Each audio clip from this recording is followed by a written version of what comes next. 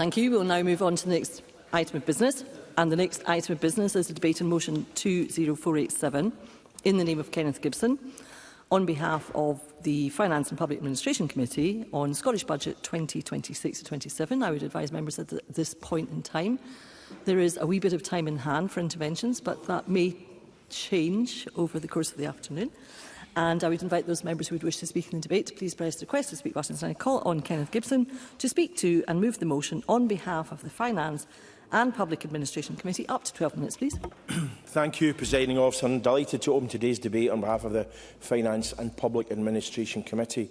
Today provides an opportunity to discuss committee's pre-budget reports and how they've influenced the Scottish Budget 2026-27. I thank our clerking team and all the other committees for their hard work. The FPA Committee's recent inquiry into the Scottish Budget process recommended piloting new approaches to deliver a more joined-up and interactive debate. We've therefore set a broad theme today: fiscal sustainability, recognising the pressures on the Scottish Budget and individual portfolio areas.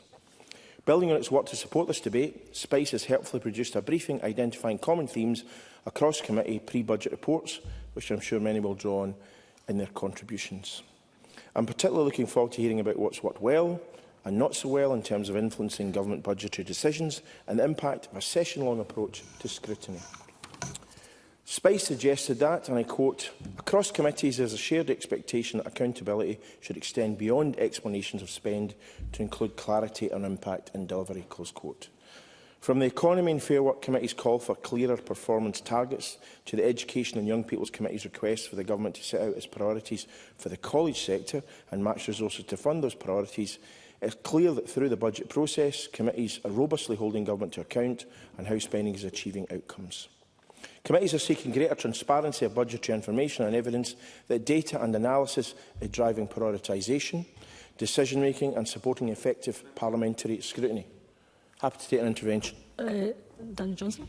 I'm very grateful to the member for giving way. I wonder if he might agree with me that some of that transparency isn't about complicated stuff, although some of it might be. Some of it about simplicity, about getting agencies to report on the same basis. And indeed, some of it is about getting those agencies to report in a timely manner. We were faced with the situation where some of the agencies we were scrutinising hadn't yet published their annual report. Does he agree with me that we need to get the basics right in terms of the transparency as well as the complexity? Yeah, I would completely agree with the member in that. I think that is very important, and we actually did raise some issues relating even to the budget itself yesterday in evidence, and will no doubt do so next Tuesday. Concerns over clarity of government policy feature highly in this year's committee reports, with many requesting further work is carried out to evidence the impact and sustainability of policies such as the growing social security budget. Others suggest overlapping strategies, timelines and documents can hinder effective scrutiny. Across portfolios, committees are looking at whether prioritisation is clearly stated, justified and aligned with the government's stated objectives. More information is needed on trade-offs around what spend the government is choosing to protect and the impact on other funding areas. On subject issues, I note that skills, climate change and social security have frequently been raised, and the FPA Committee's own pre-budget scrutiny builds on the Committee's findings over successive years regarding a lack of Scottish Government strategic financial planning against a backdrop of fiscal pressures, including demographic trends. Ahead of Committee's pre-budget scrutiny this year, the Scottish Fiscal Commissioner highlighted that, and I quote, "The Scottish Government will face significant challenges funding devolved public services in the future, particularly over the next 25 years, because Scotland will age earlier than the rest of the UK." Close quotes. In June 2025, the medium-term financial strategy confirmed that the gap between funding and resource spending would rise to £2.6 billion by 2930. Shorter term, the Cabinet Secretary for Finance and Local Government warned that difficult choices would be needed in the 2026-27 Scottish Budget. There were challenging decisions for the UK Government in its autumn statement too, with the Office for Budget Responsibility noting that, and I quote, "The scale and array of risks to the UK fiscal outlook remains daunting." Close quotes. Within this context, and drawing on the SFC's April 2025 Fiscal Sustainability Report, scrutiny was focused on responding to long-term fiscal pressures.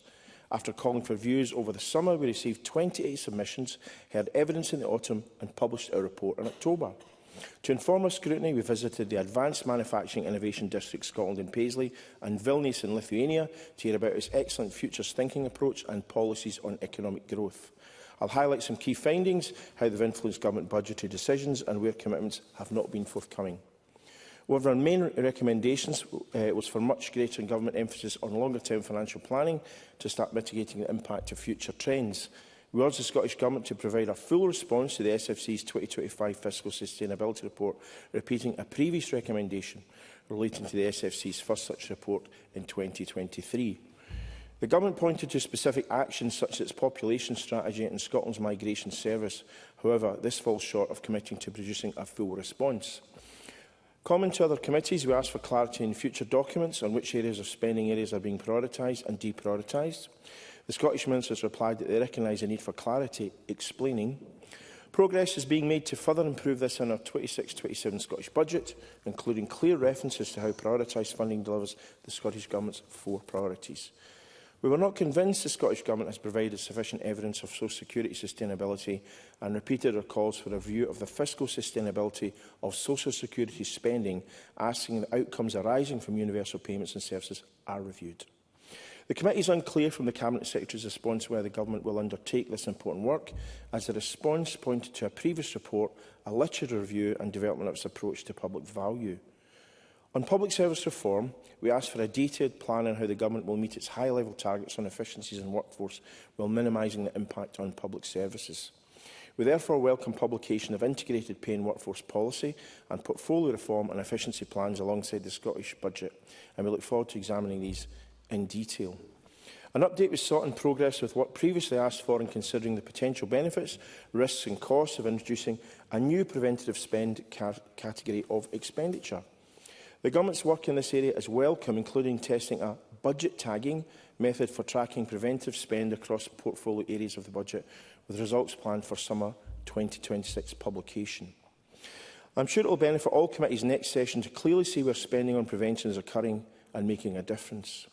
The Government's announcement of an extension to the Invest to Save fund to support portfolios, public bodies and local government to carry out reform projects is appreciated. Its response is also reassuring in confirming that projects are required to provide 6-monthly reports, outcomes are being monitored and successes shared more widely across the public sector. A pre-budget report also looked ahead to the Scottish Spending Review, published alongside last week's budget. During a visit to Estonia in 2024, the committee noted the implementation of zero-based budgeting and asked Scottish Ministers to reflect on how such an approach could be delivered in Scotland. We recommended a zero-based budgeting approach to the Scottish Spending Review and requested in-depth information on the process for preparing, scrutinising and delivering this. In response, the Government said it already adopts the principles of zero-based budgeting, and spending is reviewed in detail throughout the Scottish budget process. However, the Government has not provided the in-depth review process information requested. With the UK Government's autumn statement 4 weeks later than in 2024, the timetable for Scottish budget scrutiny is tighter this year.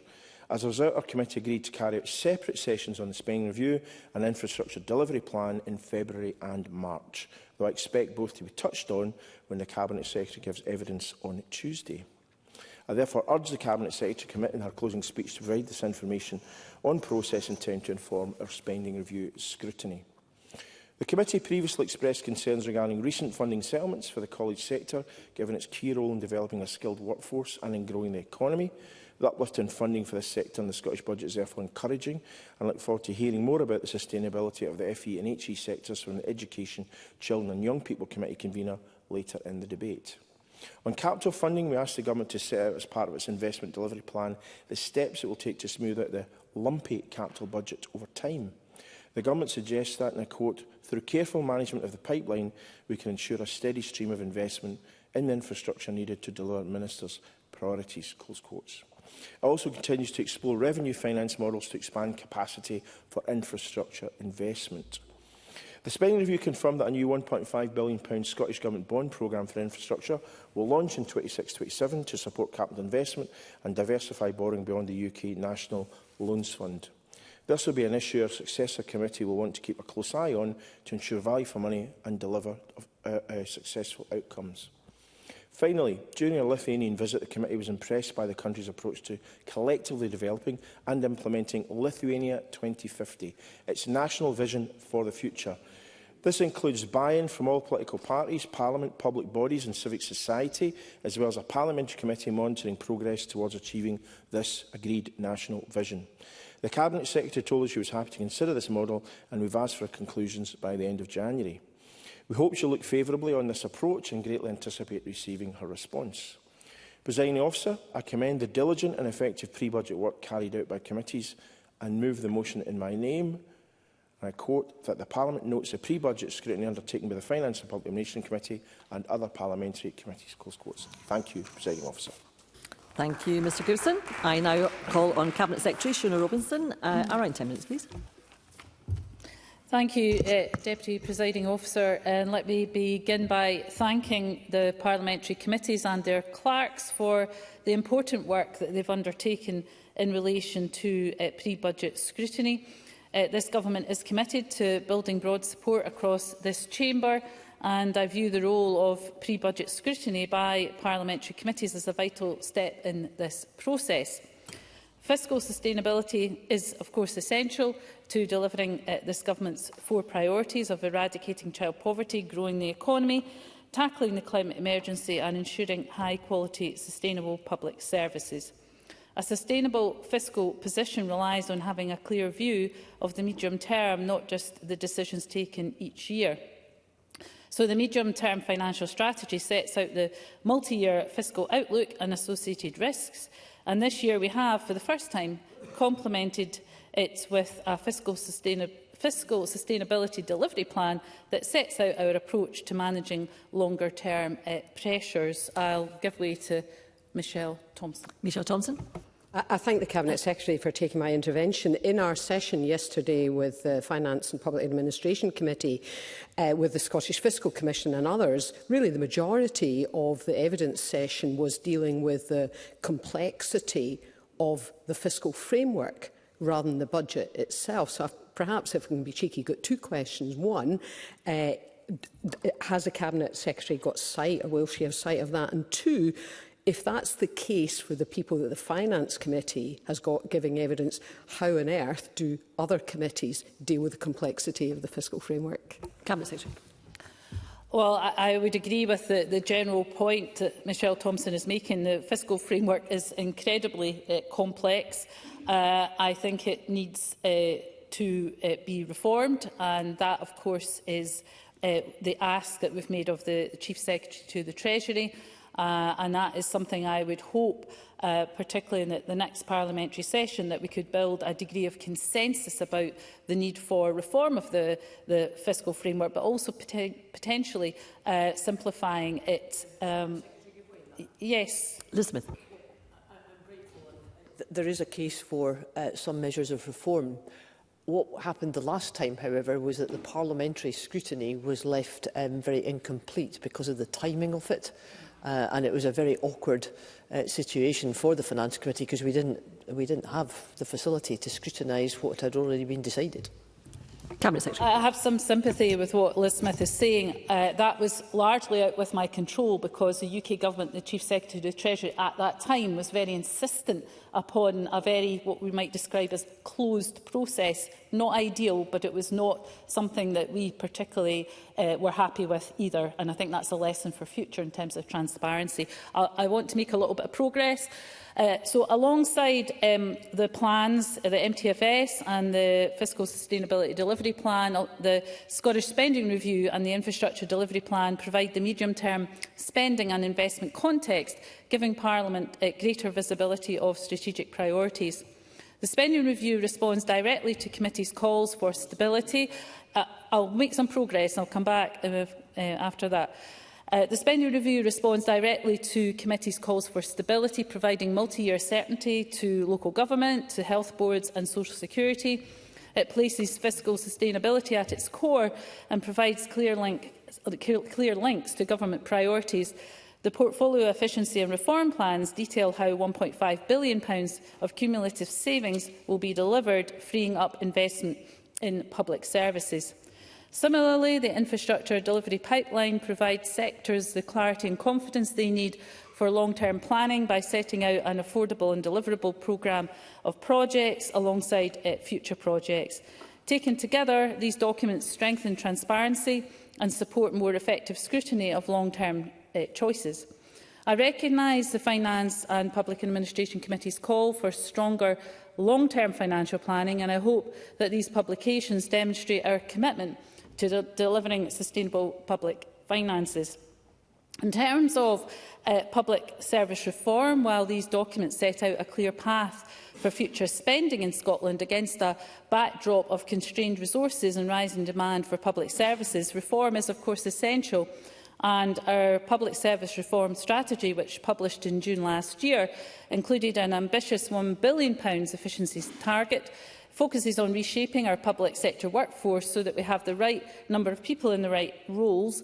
This is supported by the integrated pay and workforce policy published alongside the budget.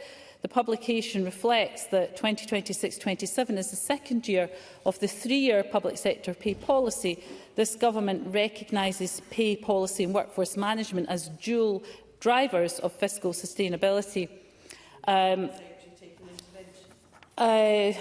Briefly, yes. Jackie Bailey. I am grateful to the Cabinet Secretary. It is on the matter of pay, and it would appear that there is a £15 million funding gap that COSLA has estimated in meeting the cost of delivering the real living wage to adult social care workers. That's going to mean cuts to the service. Would the Cabinet Secretary clarify whether this was the wrong baseline being used, and will this error be corrected? Cabinet Secretary. Well, the funding provided is for the real living wage. What we have said, though, is that the national minimum wage, which is a statutory requirement by law, should be met by employers. Because if we weren't topping up the funding for the real living wage, that is what they would have to do. I don't think that is an unreasonable point to make to employers. It's a legal responsibility for them to pay that.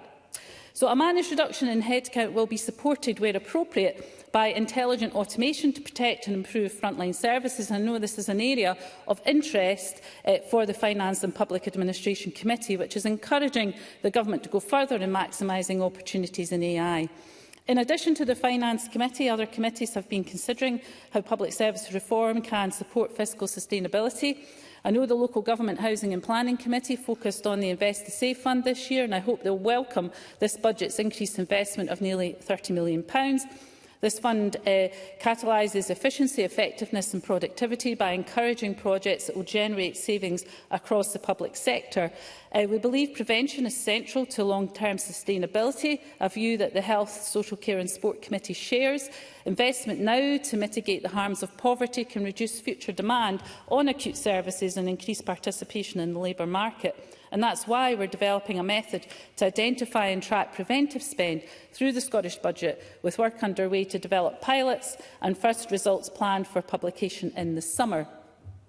We share the view of the Social Justice and Social Security Committee that prevention also plays a critical role in ensuring the long-term sustainability of social security spend. We recognise the risks of increasing demand on public services and believe investing in a fairer system today can reduce costs in the future. That's why, following the UK Government's removal of the two-child benefit cap, this budget sets out how this Government will spend every penny of the £126 million released this year to keep more Scottish children out of poverty. We believe this budget also responds and aligns with many other recommendations that came through in committee's pre-budget scrutiny. I want to thank the Education, Children and Young People Committee for welcoming the Government's commitment to engage with the college sector on clarifying future priorities. I hope committee... will I get any additional time? Yes. Okay. Douglas Ross. Yep. I'm grateful to the Cabinet Secretary for taking the intervention. She mentions the Education Committee, which I convene, and our views on the discussions with Colleges Scotland. Does she accept the session that we had today raises serious concerns about how her budget presented the £70 million uplift for Scottish colleges, to the extent that Spice cannot find the figures in the budget document, and the Education Secretary today acknowledged that that was not good enough and something that she's going to go away and look at? Cabinet Secretary. So I do acknowledge that Jenny Gilruth is committed today to clarifying the £70 million calculation, but let me be really clear, as I'm sure Jenny Gilruth was, that the college sector got £694 million in last year's budget. This year they get £764 million. That is a £70 million increase in core college funding available to the SFC to distribute across the sector, 61.4 million of resource funding and an extra 8.2 million of capital. I think it's really important to be clear about that, but the point about the presentation is something Jenny Gilruth will absolutely come back to the committee on. So I hope committee members will welcome the budget support for skills by investing £2.4 billion in Scotland's colleges, universities and skills system and providing capital investment of over £480 million in key growth sectors over the spending review through our enterprise agencies. This investment complements the Government's commitments to ensure that post-school provision is responsive to Scotland's strategic skills needs, which is something I know the Economy and Fair Work Committee has been focusing on. The investment and strategic approach to skills will support economic growth and productivity, as well as tackling poverty, all of which supports fiscal sustainability. I hope the Constitution, Europe and Culture Committee will welcome the additional £20 million in 26-27 to the arts and culture sector through the Creative Scotland multi-year funding programme, with future year funding also committed. This investment strengthens financial stability for cultural organisations across the country, as recommended by the committee. I trust the Criminal Justice Committee will equally welcome the additional funding for justice organisations to support their delivery of essential frontline services, with the Scottish Spending Review supporting long-term planning and flexibility by providing indicative budgets. I share the Net Zero and Transport Committee's positive reflections on the development of the climate change taxonomy, which outlines a record of over £5 billion of climate-positive spend in 26-27. Similarly, I welcome the Equalities, Human Rights and Civil Justice Committee's activities around human rights budgeting, and I'm pleased that we have continued to strengthen our approach to equality budgeting, and on the 19th of January we published our first strategic integrated impact assessment. I'm aware that while the Rural Affairs and Islands Committee did not hold a pre-budget evidence session, that the Cabinet Secretary for Rural Affairs, Land Reform and the Islands attended committee today. As I mentioned at the start of this speech, this Government values pre-budget scrutiny work undertaken by all committees, and I recognise calls to remove challenges to parliamentary scrutiny. There have been unavoidable delays to publications this parliamentary term, including this year's budget, and the compressed timeline has limited this time available for scrutiny, and we support the Finance Committee's call for the UK Government to consider devolved impacts when setting fiscal event dates. We also recognise our responsibility to enable effective scrutiny, and will continue to improve the timing, quality and transparency of our fiscal publications. I hope members recognise the substantial reforms that the Scottish Government has introduced to the fiscal and budgetary information available to Parliament and the public, including through the introduction of the MTFS, the creation of the SFC and more recently the publication of the Fiscal Sustainability Delivery Plan, as well as the package of fiscal documents shared with Parliament last week. I want to thank the Finance and Public Administration Committee for recognising our progress, specifically in the level of information provided in the latest MTFS. I'm proud that this budget represents further progress by baselining over £750 million of level transfers between portfolios, a key area of concern for the Finance Committee. This Government is committed to working with Parliament to improve processes so that debates like today's enable meaningful cross-chamber engagement and add value. In closing, Presiding Officer, apologies to Craig Hoy, we believe this budget responds to calls for clearer prioritisation and better links between spending measures and outcomes by being explicitly driven by the Government's 4 priorities. This budget also recognises the vital role of fiscal sustainability in delivering our ambitions and provides greater fiscal certainty through the spending review and the infrastructure delivery pipeline. So I'm proud that this budget has received positive feedback from stakeholders across all areas of our society, demonstrating that it is a well-balanced offer for Scotland. And I welcome members' views on the budget and look forward to engaging across the Parliament throughout the remainder of the budget bill process. Thank you. Thank you, Cabinet Secretary. And I now call on Audrey Nicholl to open on behalf of the Criminal Justice Committee at around 6 minutes, please. Thank you, Presiding Officer, and I'm pleased to speak this afternoon on behalf of the Criminal Justice Committee, and I thank the Finance and Public Administration Committee for bringing this debate forward. And I firstly want to thank everyone working in the criminal justice sector for their commitment and support, and we very much appreciate the work that you do, and we recognise the challenges that you face day in, day out. And I also want to thank everyone who gave evidence to inform our budget scrutiny, clerks and SPICE colleagues for their support in preparing our report. Now, justice impacts everyone. Therefore, the importance of having an effective, well-functioning justice system in which the public trusts cannot be understated. So the aim of the committee's scrutiny is to focus on how sustainable the fiscal situation is for the justice sector. And the committee recognises that there are noisy budgetary choices currently facing the Scottish Government. However, it is clear from the evidence that we've taken that the alarm bells are now ringing across Scotland's criminal justice system. The justice budget for this year is £4.6 billion, and this sounds like a lot of money, and it is. But for context, it accounts for only 7% of the total Scottish budget. 74% of this, or £3.4 billion, is resource funding, mostly covering pay and salaries. And there's also a significant capital allocation of £643 million. But taken out of the wider context, these figures mask a significant resource problem, which I fear this budget will only start to make a small dent in. I'll take the... Craig Hoyle.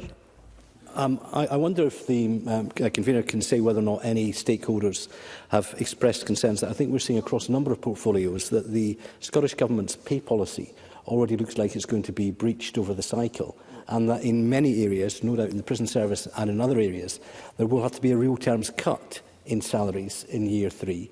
And how do you think, how does the convener think this will go down with those stakeholders that make representations to our committee? Audrey Nicholl. I thank Coy for his intervention, and while there was a significant amount of discussion on pay and the impact of pay settlements, the specific point that Mr Hoy raises, I don't recall was a point of discussion that we had in our evidence sessions on the budget. So, Presiding Officer, the committee heard from Police Scotland, Scottish Fire and Rescue, the Scottish Prison Service, Crown Office and the Scottish Court Service. And we also heard from community justice and third sector organisations working in the restorative justice space. Now, they did not hold back when they told us what society demands of them in 2026, set against the impact flat cash funding has had on their organisations for the last 3 years. The picture they painted is a bleak one. Indeed, the Justice Secretary acknowledged to us that the warnings for the sector are stark. And of the major justice organisations, only Crown Office will receive a total settlement of the size that it said it requires this year. In policing, the Chief Constable told us the continuing escalating reporting in mental health-related incidents, alongside an alarming rise in social disorder, violence against the police and online-related cybercrimes. She said more than £2.5 billion needs to be invested back into policing in Scotland, but policing's allocation is £1.7 billion for the coming year. The Scottish Prison Service capital budget is set to grow by £103 million, but this increase is largely to fund the construction of the new HMPs Glasgow and Highland. And I'll take the intervention. Daniel Johnson.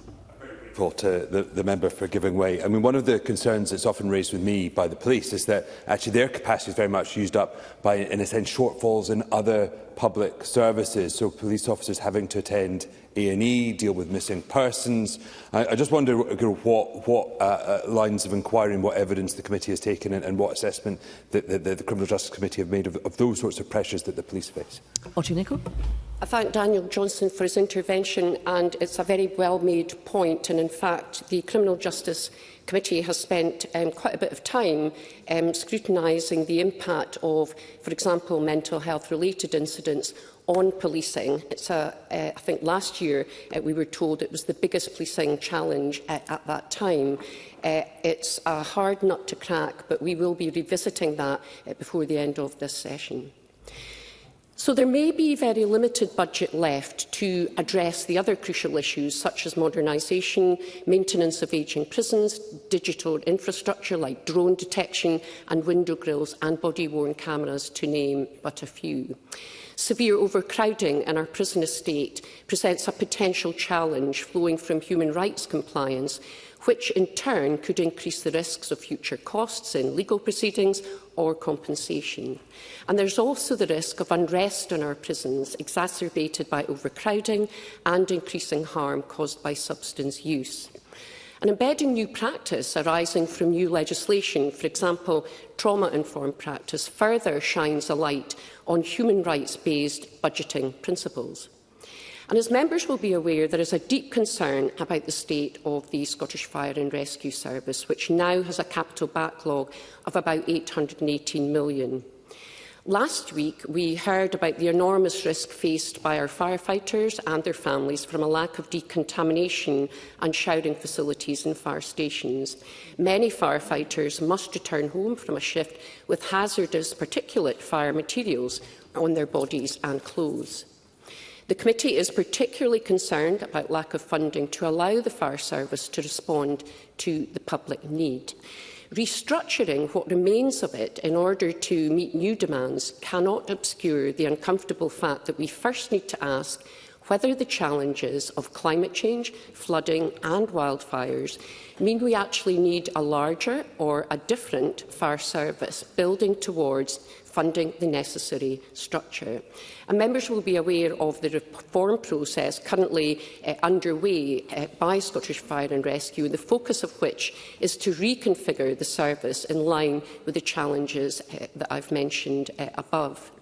And our committee will scrutinise Scottish Fire and Rescue again in February on these challenges. So to conclude, across the justice sector, we have a situation where we are hearing stark warnings that further cuts and efficiency savings are not realistic and that new investment is needed.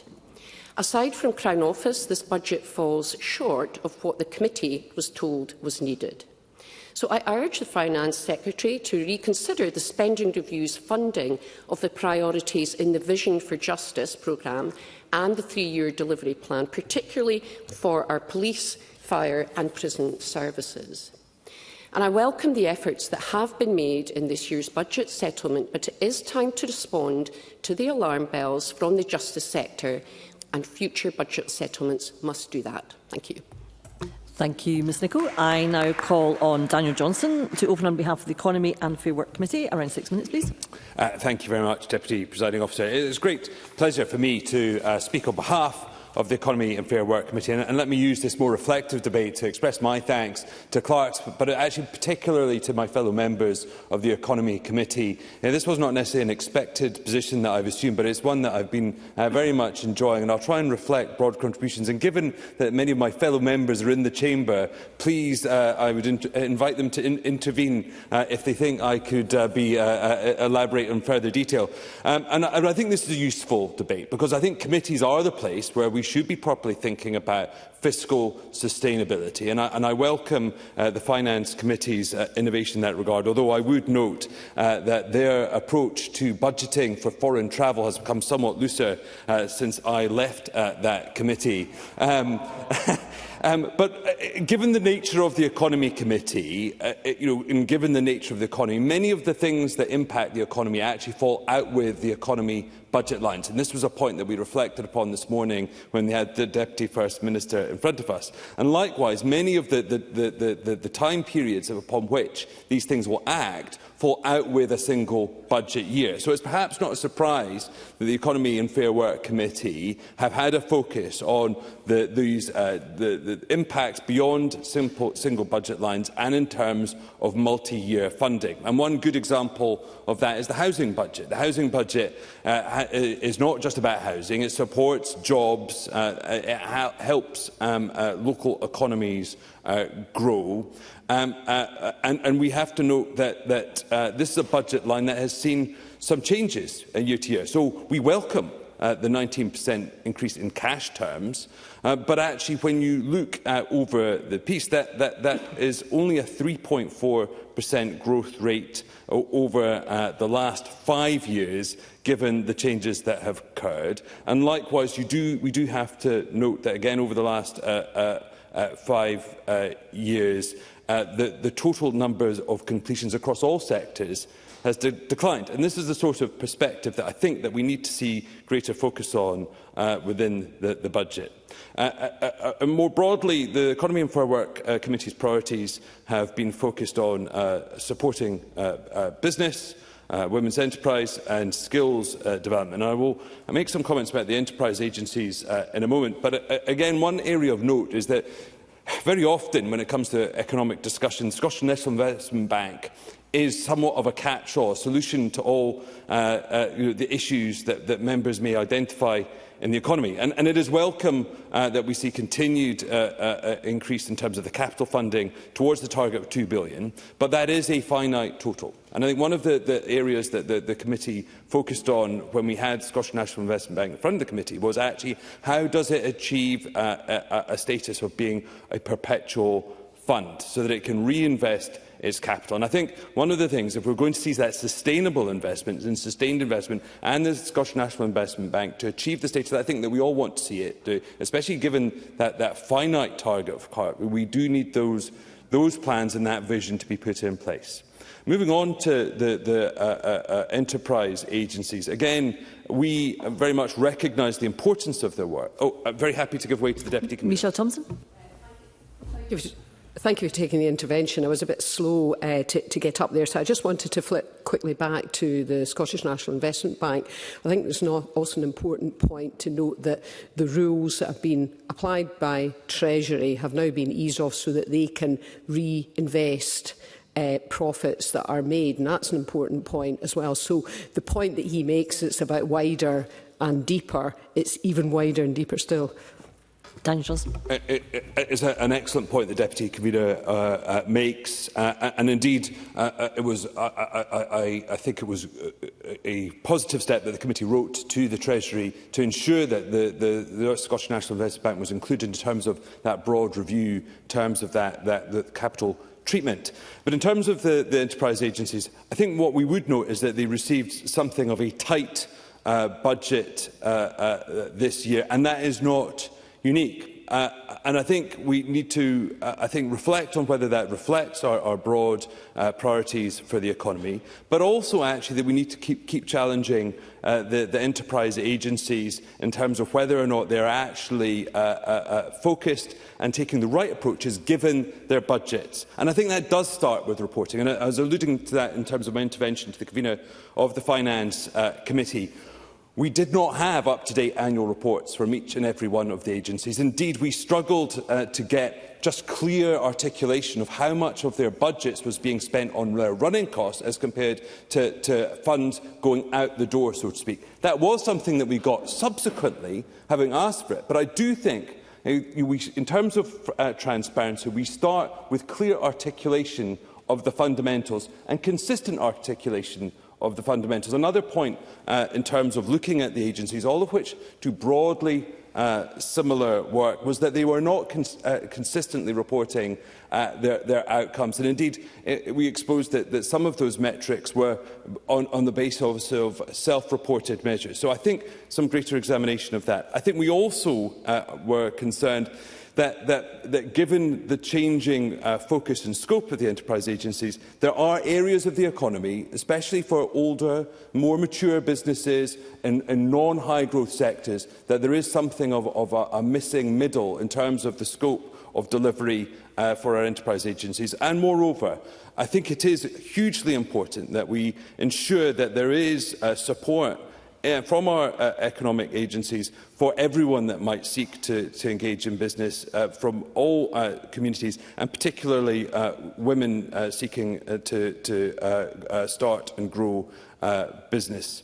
One key issue that we have to highlight is that we have received a huge amount of concern from businesses around rates.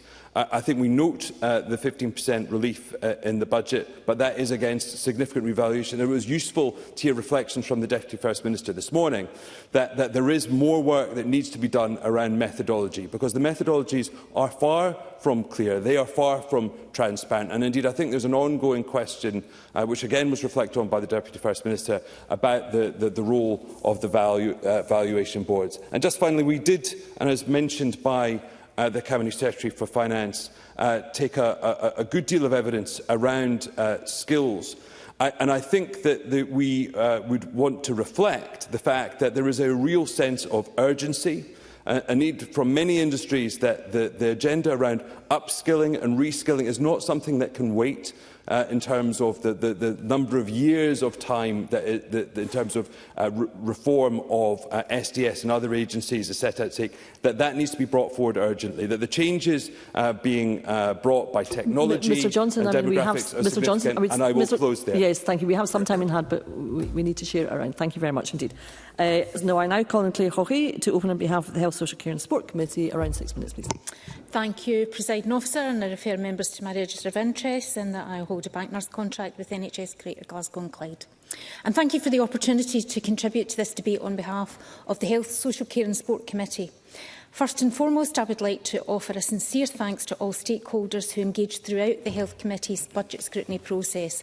And I'd like to thank the Cabinet Secretary, Neil Gray, MSP and his officials for giving evidence and responding to the committee's subsequent pre-budget report, and of course to committee clerks for their work supporting the committee members. I look forward to welcoming the Cabinet Secretary to the committee next week to discuss the budget and its implications for health, social care and sport across Scotland. Members will be aware that the health and social care portfolio is again a budget priority. It remains the largest budget area within the Scottish Budget, with total planned spending in 2026-27 coming to £22.5 billion. As highlighted in the latest SPICE briefing on the Scottish Budget, the health and social care portfolio grew at a faster rate than any other area of the Scottish Budget, 1.5% in real terms compared with 0.2% across the budget as a whole. However, it would be remiss of me not to acknowledge that the health capital budget remains constrained and is set to fall by 6.6% in real terms, according to recently published analysis. Despite this, the spending review in 2026 also set out plans for further increases in health and social care spending. Indeed, the committee welcomes the inclusion in the spending review of indicative health board budgets for a 3-year period, something which has long been requested in previous budget letters and reports, and should go some way to helping boards with future planning. The budgets for health boards are set to increase by 14.5% on average for 2026-27. But some of this reflects the fact that budget lines have now been baselined that previously were transferred in year. With that said, the committee nonetheless welcomes the additional funding made available to meet pay settlements agreed for both nurses and doctors, and commends the efforts from all sides to reach this settlement and avoid widespread industrial action by resident doctors, unlike in England. The committee also welcomes the additional funding for primary and community health services, which is increased by 10.1%, including the £36 million allocated for walk-in GP clinics. Furthermore, the mental health budget is increasing by 11.8%, with further mental health spending now baselined in board budgets. As the Chamber may be aware, the Health Committee's central focus in its pre-budget scrutiny was on mental health spending, and the committee has long raised concerns regarding the transparency of spend in this area. And while this additional investment is welcome, issues regarding transparency and linking spending to outcomes remains. The Scottish Government has stated that NHS boards are expected to spend around £1.5 billion on mental health services in 25-26. But it remains impossible to break down this to any granular level of detail on specific services, an issue that many stakeholders raised during our pre-budget scrutiny. I'm aware that the Population Health Framework and Service Renewal Framework note that these links will be made clearer, but I would flag that while the Government's response to the committee states they are committed to improving transparency, it is not as yet given specific examples of how this will be achieved. And to this end, the Health Committee awaits a detailed plan for how improvements in this area will be implemented and stands ready to assist where necessary. Yes, of course. Paul Sweeney.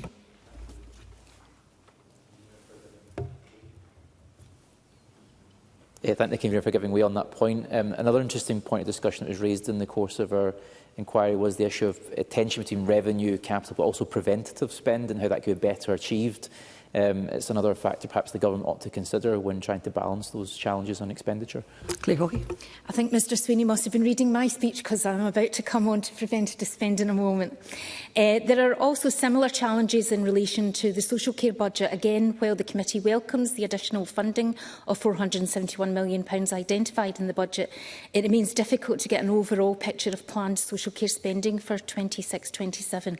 And while there is some clarity on further budgets for and while there's some clarity on future budgets for health boards, the same multi-year planning is not set out for social care, which the committee and stakeholders have been highlighting as an issue for some time. Jackie Bailey. The member for the intervention. Does she accept that the 400 million she quoted for social care is absolutely entirely on salaries, and actually there's very little for services, and COSLA estimated they needed 750 million to ensure that social care continues to be provided in our communities? Claire Hawkey. I wish the member had been so vociferous in her complaints about the employee national insurance contributions that her Westminster colleagues put on social care providers, and which has caused huge issues across health and social care.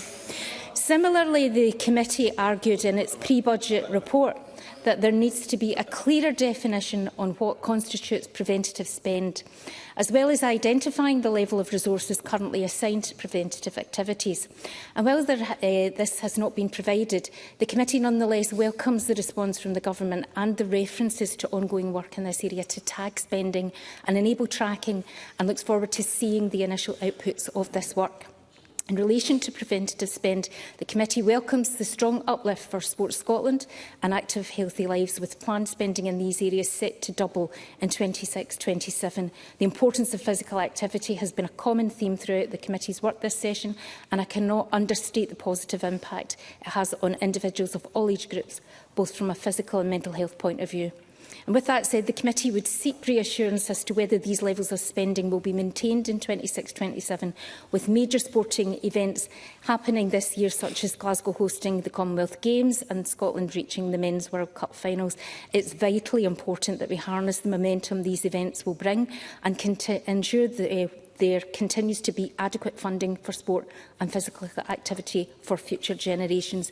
To conclude, Presiding Officer, the additional investment for the health and social care portfolio contained in the budget is most welcome, particularly in the light of the immense challenges facing the sector. However, it remains of paramount importance that we're able to efficiently track spending in these areas, and it's the view of the committee, and I believe across this chamber, that there is more to do to improve transparency in spending decisions.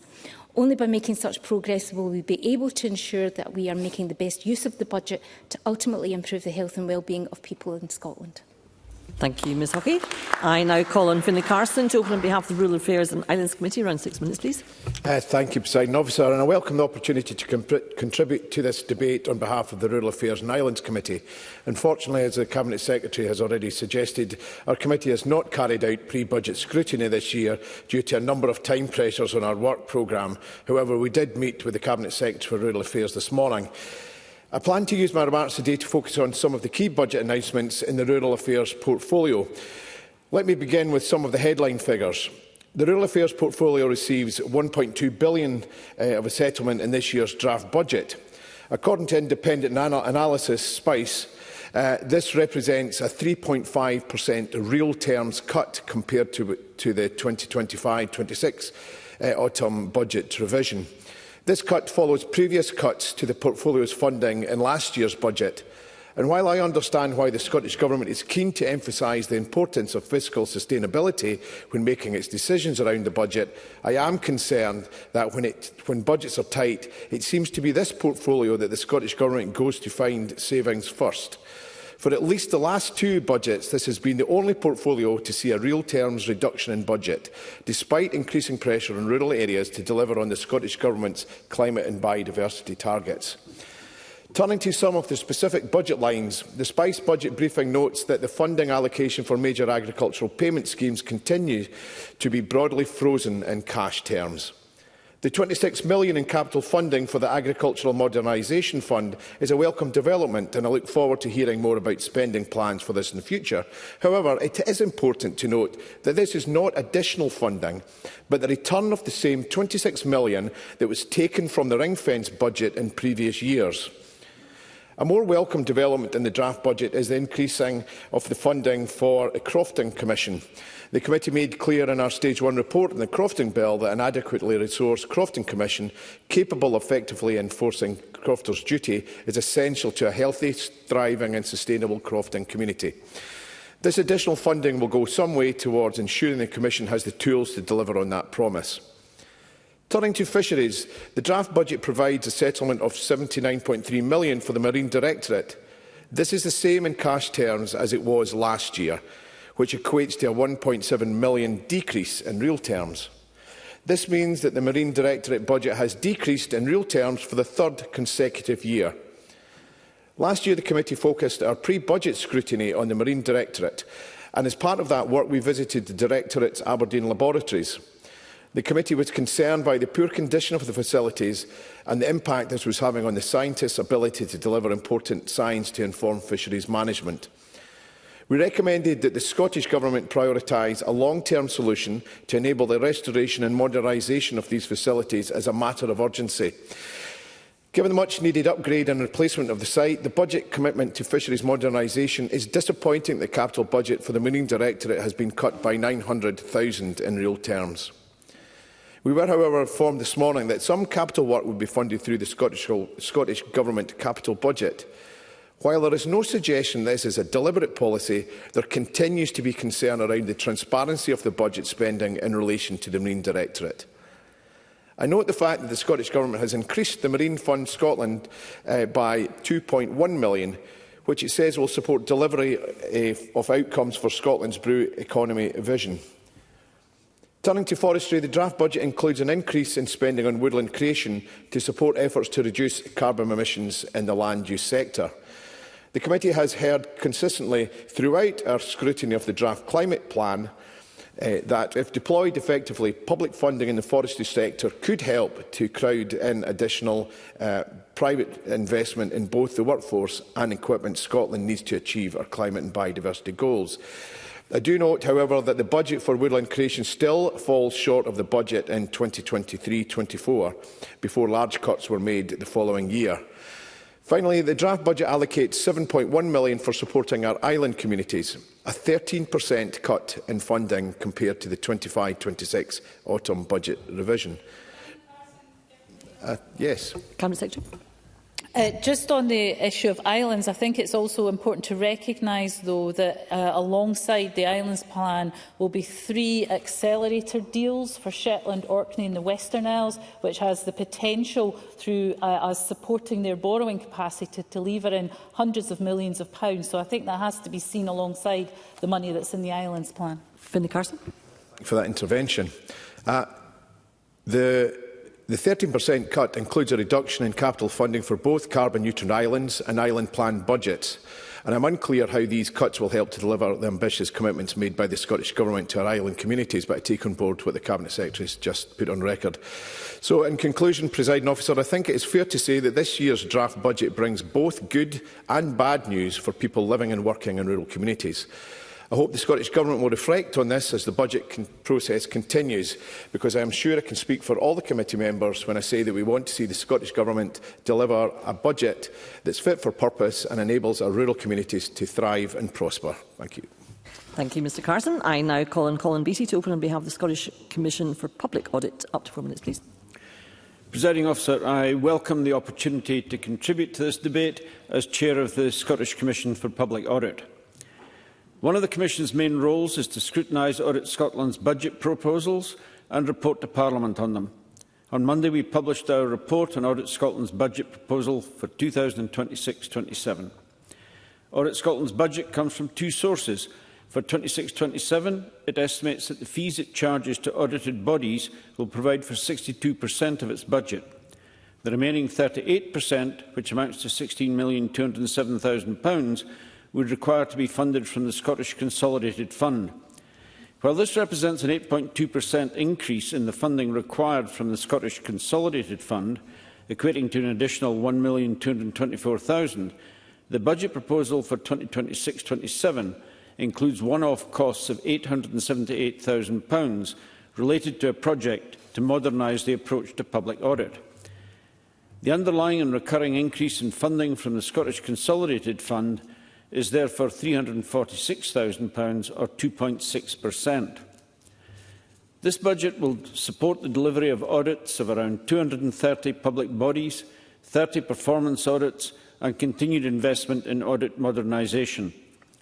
Audit Scotland said its budget proposal has been prepared in the context of significant cost pressures and operational risks. It underlined, among other risks, future audit procurement costs and a pay award yet to be agreed.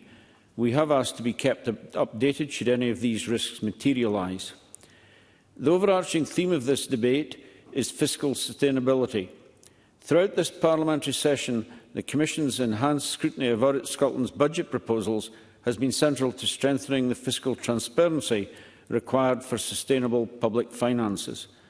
By seeking greater clarity in COVID-19 related funding, proposed audit fee increases and the resources allocated to support the Accounts Commission, we have ensured that budget proposals contain the level of detail needed to assess their long-term affordability and sustainability. Across the session, we also asked Audit Scotland for greater financial planning to allow year-on-year comparison. A detailed business case was sought for the audit modernisation project to ensure that investment decisions were grounded in evidence of long-term value. In addition, we strengthened our challenge function by holding extra informal meetings to explore financial assumptions in greater depth. These actions ensure that Audit Scotland generates the comprehensive financial information needed to support informed judgments about fiscal sustainability. The Commission also sought clearer evidence on how efficiency savings are achieved and underspends avoided. Audit Scotland identified in the 2026-27 budget £2,135,000 in efficiency savings.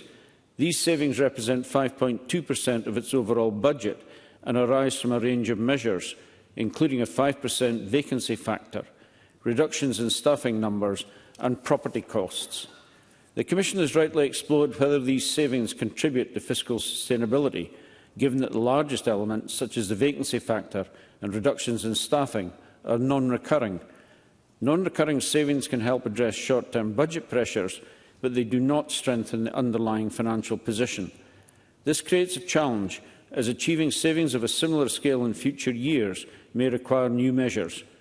Of the £2,130,000 in efficiency savings identified, only the reduction in property costs, £220,000, is recurring, meaning that just a small proportion of the savings improves the baseline financial position year on year.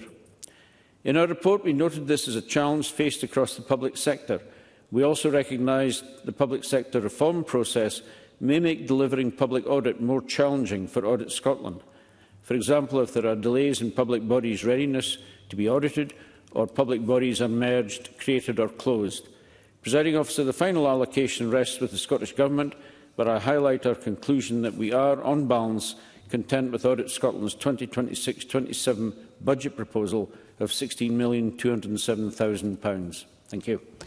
Thank you, Mr Beattie. I now call on Claire Adamson, who is joining us remotely, to open on behalf of the Constitution, Europe, External Affairs and Culture Committee. Up to 6 minutes, please.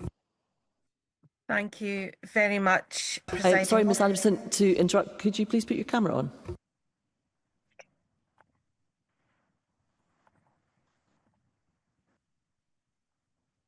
Thank you. Please continue. My apologies, Presiding Officer. I welcome the opportunity to speak today on behalf of the Constitution Europe, External Affairs and Culture Committee. The committee adopted a cumulative approach to the budget scrutiny over Session 6. As such, our most recent budget report examines the current fiscal context, as well as evidence we have received throughout the session.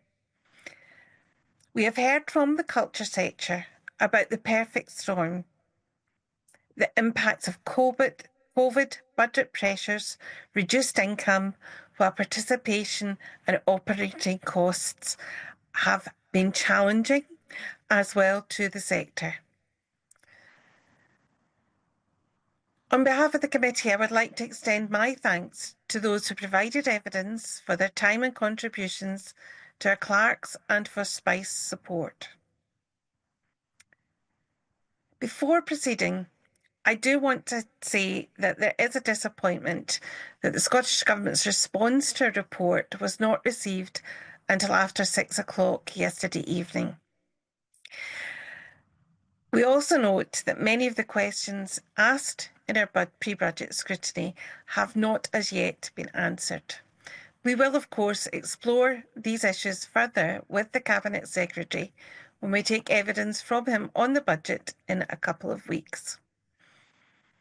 With regards to the fiscal context of the culture and heritage sector, as outlined in our report, we continue to welcome the Scottish Government's commitment to increase funding for the sector by £100 million per year by 28-29.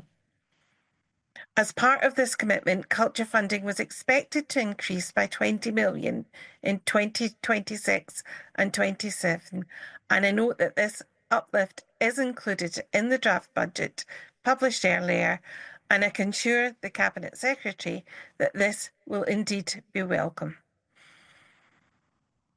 However, despite additional funding, the culture sector remains under significant pressure, and Witness has highlighted to us the uplift in cultural spend may, in some degree, be used to help meet ongoing pressures of increased costs, falling participation, rather than really going towards generating improved cultural outcomes across Scotland.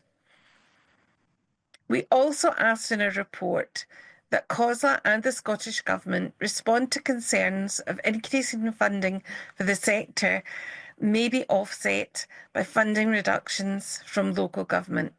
And additionally, we requested the Scottish Government respond to concerns about disparities of provision across the cultural sectors in Scotland. COSLA have stated that the increased culture budget has not benefited local authorities. It notes that local government is seeing reduced funding and highlights increasing levels of ring-fenced and direct funding. This makes it difficult to see how our ask of more plans and support collaboration between partnerships across government and working with local authorities can be achieved. The Government did not respond to a request to set out how issues around levels of local government culture funding and potential geographic disparities in cultural provision and access might be addressed. We have asked the Scottish Government how it is addressing skills shortages faced in particular by the historic environment sector. We hope that this can be addressed in collaboration with the education system and the revision to apprenticeships as was put through yesterday in the bill. We also would like to have further information about how the upcoming spending review can consider the capital programme in the heritage sector to support the upkeep of cultural assets. Throughout Session 6, the committee has heard calls for greater provision of multi-year funding. We welcome the expansion of Creative Scotland's multi-year funding programme, recognising the improved stability and confidence this provides to organisations that it supports. Nonetheless, given the progress and success, witnesses emphasised that multi-year funding should be expanded to a greater variety of cultural organisations. We have pressed the Scottish Government on this 2021 commitment, and we are hoping that 3-year funding settlements for directly funded organisations can increase across Scotland. We also had concerns around strategic approaches to funding decisions. We welcome the Scottish Government's response to a report that recognises ongoing calls for consideration and transparency around the strategic use of additional funding. We await a response to a request to set out what progress has been made towards adopting a strategic report, a strategic approach to funding over Session 6. And a report included a number of additional questions and recommendations in the area of Culture Committee in the Scottish Government. We need an urgent update on the delivery of the Cultural Strategy Action Plan and on the ongoing review of the culture sector and Creative Scotland. We also would like to see included a clear set of metrics assessing the impacts of cultural spend. We suggested that an ongoing review of the National Performance Framework could offer an opportunity to increase budget alignment, particularly cross-portfolio, to achieve a more strategic approach to meeting the goals. If you could bring your remarks to conclusion, Ms Adamson. I will do, Presiding Officer. My apologies. Difficult time at home. We have a number of outstanding questions which we will be taking up with the Cabinet Secretary, but we welcome the £100 million of additional funding for the culture sector as delivered in the draft budget. Thank you very much, Ms Adamson. And I call on Edward Mountain on behalf of the Net Zero Energy and Transport Committee up to 6 minutes. Mr. Thank you very much, Presiding Officer. I'm not going to spend much of my speech talking about this or that line of spending in the Net Zero Energy and Transport portfolios and their direction of travel this year. There will be an opportunity for the committee, when it takes evidence from the Cabinet Secretaries for Transport and Energy next month, for us to do that. And at these sessions, the committee will jointly consider the 26-27 budget and the draft climate change plan. It makes sense to do so because it's clear that the committee that this must be read across from one to the other. So this afternoon, I want to reflect on the extent to which this has been achieved. Has what we might call net zero thinking been fully embedded in the budget setting process? Let's be clear, Presiding Officer, public confidence about Scotland's net zero momentum and direction of travel has been clearly dented in this session. One way for the Scottish Government to restore that confidence is for it to more convincingly show its workings on how it expects to achieve its spending decisions to drive emissions downwards. The Net Zero Committee's pre-budget representations were about the Joint Budget Review, a review set up at the end of the last Parliament to improve budget information on climate change and increase alignment between budgets and the climate change plan. Now, I don't need to remind everyone, but I'm going to, because they may have forgotten, that there were 3 main strands of that work. First, including in each annual budget a climate change assessment narrative, an overview of the impact of spending decisions on the climate. This was an opportunity for the government to go beyond the narrow confines of the balance sheet and explain things like second-order outcomes of the headline spend that could have an impact on emissions on the private finance that's needed for particular policies and projects linked to net zero, things like that. Not in a vague and aspirational way, but setting out concrete actions and any relevant modelling or estimates. Second, a so-called taxonomy approach, which the Cabinet Secretary mentioned, for budget spend lines, setting out how they align or don't with emission reduction goals.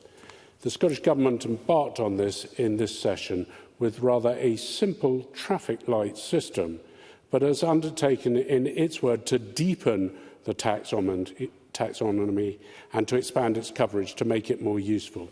Thirdly, there was a development of a net zero assessment, a process to evaluate the climate impact of policies and their associated budgets early in the policy development stage. In other words, I take this to be a process somewhere upstream of budget setting, one which might, even in some cases, filter out projects or policies that are simply too costly, to borrow a word from finance, in terms of their carbon output, before they go anywhere near the final budget. In this connection, I remind you that we are discussing today is no longer only the budget for this Parliament has to monitor, but we are expressly bound as a Parliament to a carbon budget with a spending limit of no more than 175 million tonnes of CO2 between the 1st of January this year and the end of 2031. Turning back to the budget we're debating today, the Net Zero Committee hasn't collectively considered the 26-27 offering yet, so I'll be careful in expressing a view. I simply say that while the committee welcomes the start the Scottish Government has made in this session in implementing those three key recommendations of the joint budget review, the momentum needs to be kept up. And I'm not sure I see much momentum this year on those three stands, Presiding Officer. My concern is compounded by what I see as a lack of rigour in the way the draft climate change plan sets out financial costs and benefits. Now, I must stress, Presiding Officer, this is a personal and not a committee view, but is shared by some of the experts we heard from. For instance, the Auditor General found costs in the draft climate change vague. He said, and I quote, that it includes limited information how cost estimates were calculated and what assumptions underpin these, and it recognises that there are significant uncertainty associated with many of the estimates. Presiding Officer, will I get my time back if I give you some of that time back? Michelle Thompson. I'll give way to Michelle Thompson. Thank you. Thank you very much for letting me in and giving way. In both my committees, I've mentioned a number of times the Scottish Fiscal Commission fiscal sustainability perspectives. And the reason I've often asked about this was to check the knowledge and understanding of it, because it fundamentally makes clear that Scotland cannot get to net zero because of the anticipated finance under the terms of the current fiscal framework and the critical dependency of fiscal transfers. Is your committee aware of that report from a financial perspective? All through the chair. Edward Mountain. And I thank the member for that comment. My committee, the Net Zero Committee, certainly considers all the costs and will consider the implications. But the climate change plan has been drawn up by the Scottish Government, and the Scottish Government have put some fairly opaque costings and savings in that plan. And it's for us to drill down into those, and I'm sure we'll bear in mind the point that the members made. So this debate is about fiscal sustainability, but let me end by talking about parliamentary sustainability. By this, I mean the sort of doggedness that the Parliament needs in order to see things through to the end. It means holding on to institutional memory while individual parliamentarians will come and go. Presiding Officer, I won't be here in May, but others listening to this debate will be. Whoever the next government is, it will be up to the members of the next Scottish Parliament to hold them to account on delivery of the joint budget review on climate change, because there is still quite a way to go. Thank you, Presiding Officer. Thank you, Mr Mountain. And I call on Colette Stevenson on behalf of the Social Justice and Social Security Committee. Again, up to 6 minutes. Stevenson. Okay. Thank you, Presiding Officer. And on behalf of the Social Justice and Social Security Committee, I am pleased to contribute to the debate on the Scottish Government's budget for 26-27. I'd like to thank all those who engaged with our pre-budget consultation and those who provided oral evidence, and the Cabinet Secretary for providing a response to our report. I'd also like to thank the clerks to the committee for their continued support throughout this process. The Social Justice and Social Security Committee considered the affordability of Scotland's social security system, the Scottish Government's plans to fund the level of spending forecast and the benefits of the increase in social security spending and how it compares to other budget priorities. We also considered whether specific benefits such as the Scottish Child Payment and the Adult Disability Payment could be adapted. I know confirmation from the Cabinet Secretary of the reduction in the additional amount that the Scottish Government will need to invest in social security assistance over and above the relevant block grant adjustments. The Cabinet Secretary does not believe spending levels for social security are unsustainable.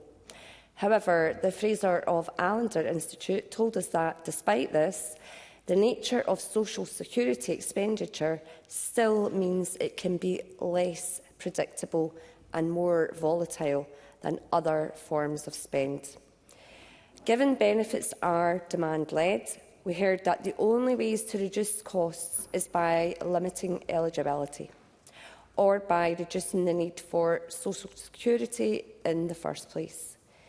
This could be achieved by, for example, improving people's health and well-being. An alliance suggested Scotland's health and population framework as a potential avenue for this. Both the Scottish Child Payment and the Adult Disability Payment were discussed extensively by stakeholders, given the proportion of spend they account for, as well as the impacts these payments have on people's lives. The forecast increase... Yes, I'm happy to give way to John Mason briefly.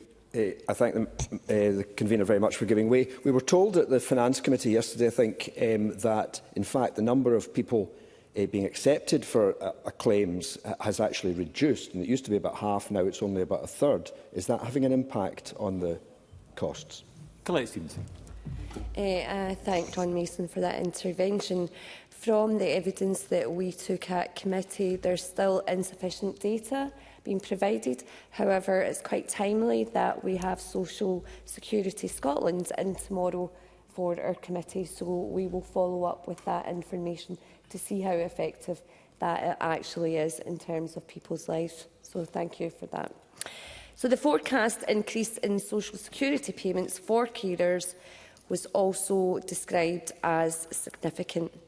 The Scottish Child Payment is widely supported among stakeholders for the role it plays in reducing child poverty, and we note the announcement that it will be increased to £40 for babies under 1 from 2027-28.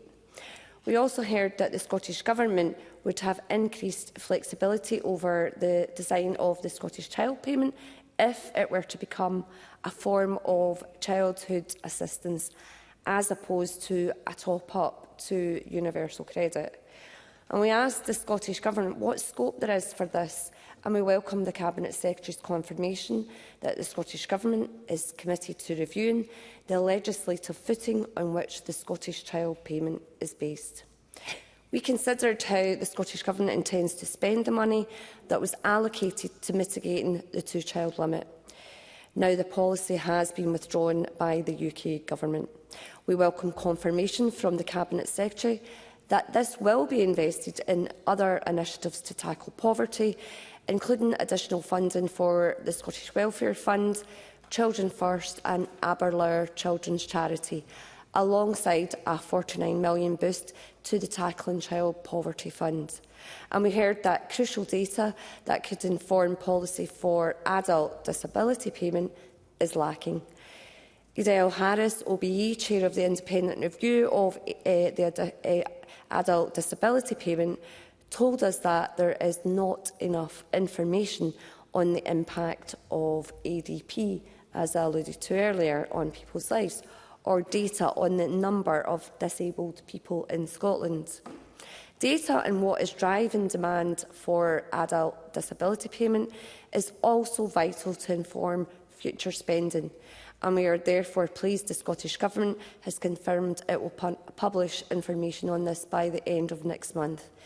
The impact of giving people cash payments versus improving public service provision also needs to be properly evaluated if money is to be spent as effectively as possible. We welcome the Scottish Government's confirmation that more analysis is needed and that this will be considered during development of the third Tackling Child Poverty Delivery Plan. We also heard evidence about specific changes that could be made to improve people's circumstances. Increased funding for advice services and improving take-up of existing benefits were mentioned, especially in relation to pension credit, which can be a passport to other devolved support. The relationship between universal and targeted benefits was raised in evidence, and I note that the Cabinet Secretary's confirmation that the Scottish Government has no plans to remove any benefits or entitlements from people. We are therefore pleased to hear that the Scottish Government Chief Statistician is working with the UK data sharing team to streamline data sharing processes to improve access to data about Scotland. Thank you. Thank you, Ms Stevenson. I now call Ariane Burgess on behalf of the Local Government Housing and Planning Committee. Up to 6 minutes. Ms Burgess. Thank you, Deputy Presiding Officer. I'm pleased to take part in this debate on behalf of the Local Government Housing and Planning Committee.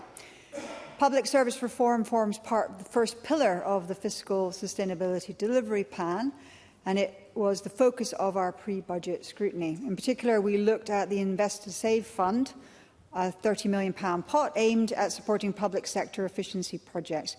During the conclusion to my speech in this debate last year, I noted the committee was agreed on the urgent need for transformational change in councils.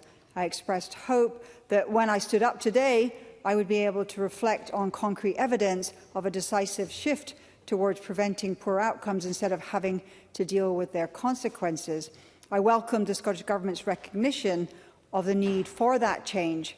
It had the opportunity to demonstrate this further when the Public Service Reform Strategy was published in June 2025. And this sets out commitments to change the system of public services based on 3 principles: prevention, joined-up services and efficiencies.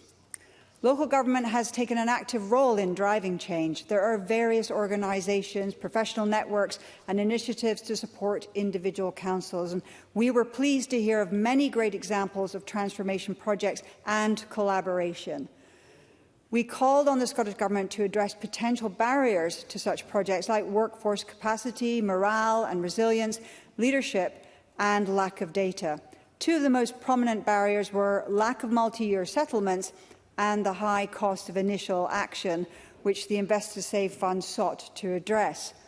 Multi-year funding certainty, a long-held ambition of local government.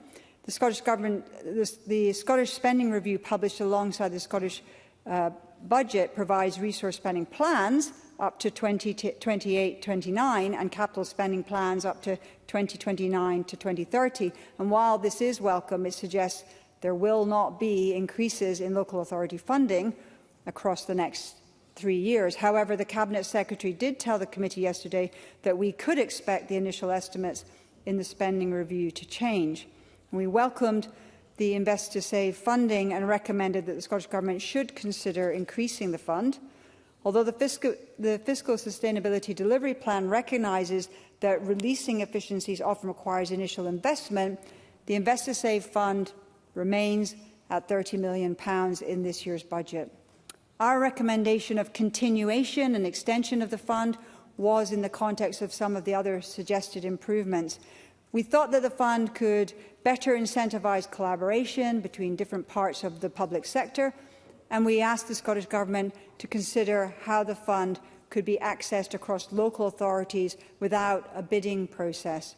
The response from the Scottish Government to our letter comments on our recommendation that the funding should continue, but not on our suggestions for improvement. And I hope that the Cabinet Secretary will take the opportunity in her concluding remarks to provide the Scottish Government's view on those proposals. I will move on to funding for local government more generally. While there's been a real terms growth in local government budget settlements in recent years, the overall financial situation of local government looks challenging. A primary factor is the significant increase in demand, particularly in areas of education and in social care.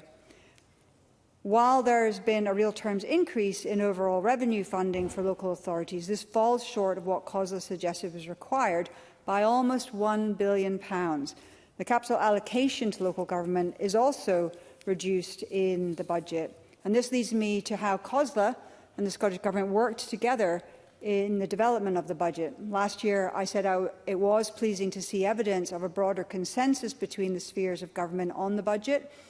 The much-anticipated fiscal framework between COSLA and the Scottish Government was published in October, and COSLA were broadly positive about progress on this, in evidence to us.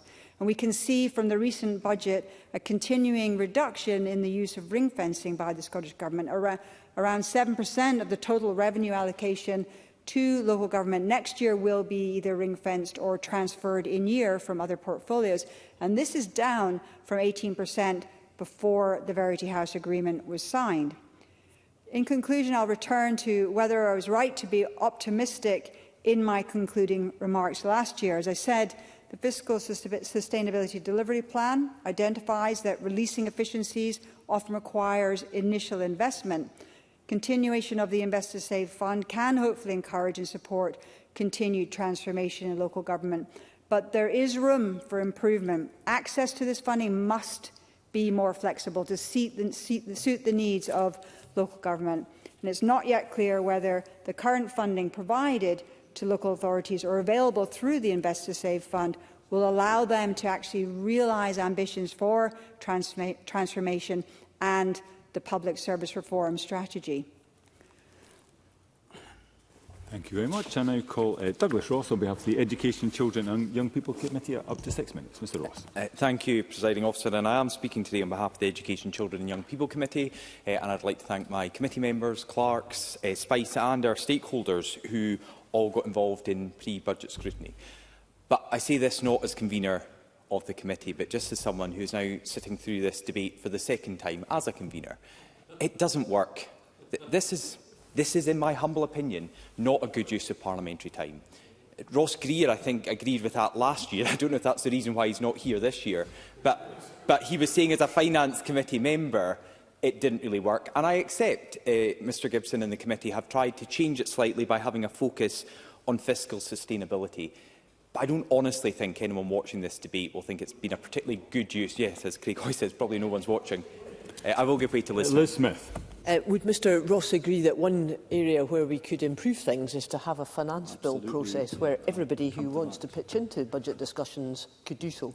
Douglas Ross. I do agree with Liz Smith on that. I also have another alternative, which I was just thinking as I was sat here, not particularly motivated by this debate. Is there an opportunity, either for the committee or for the conveners group, to do what we do with the First Minister, and all the committee conveners then question the Cabinet Secretary for Finance, in the same way the committee members have questioned the Cabinet Secretary for Finance? Because this is not working. We're having 6-minute speeches from every committee.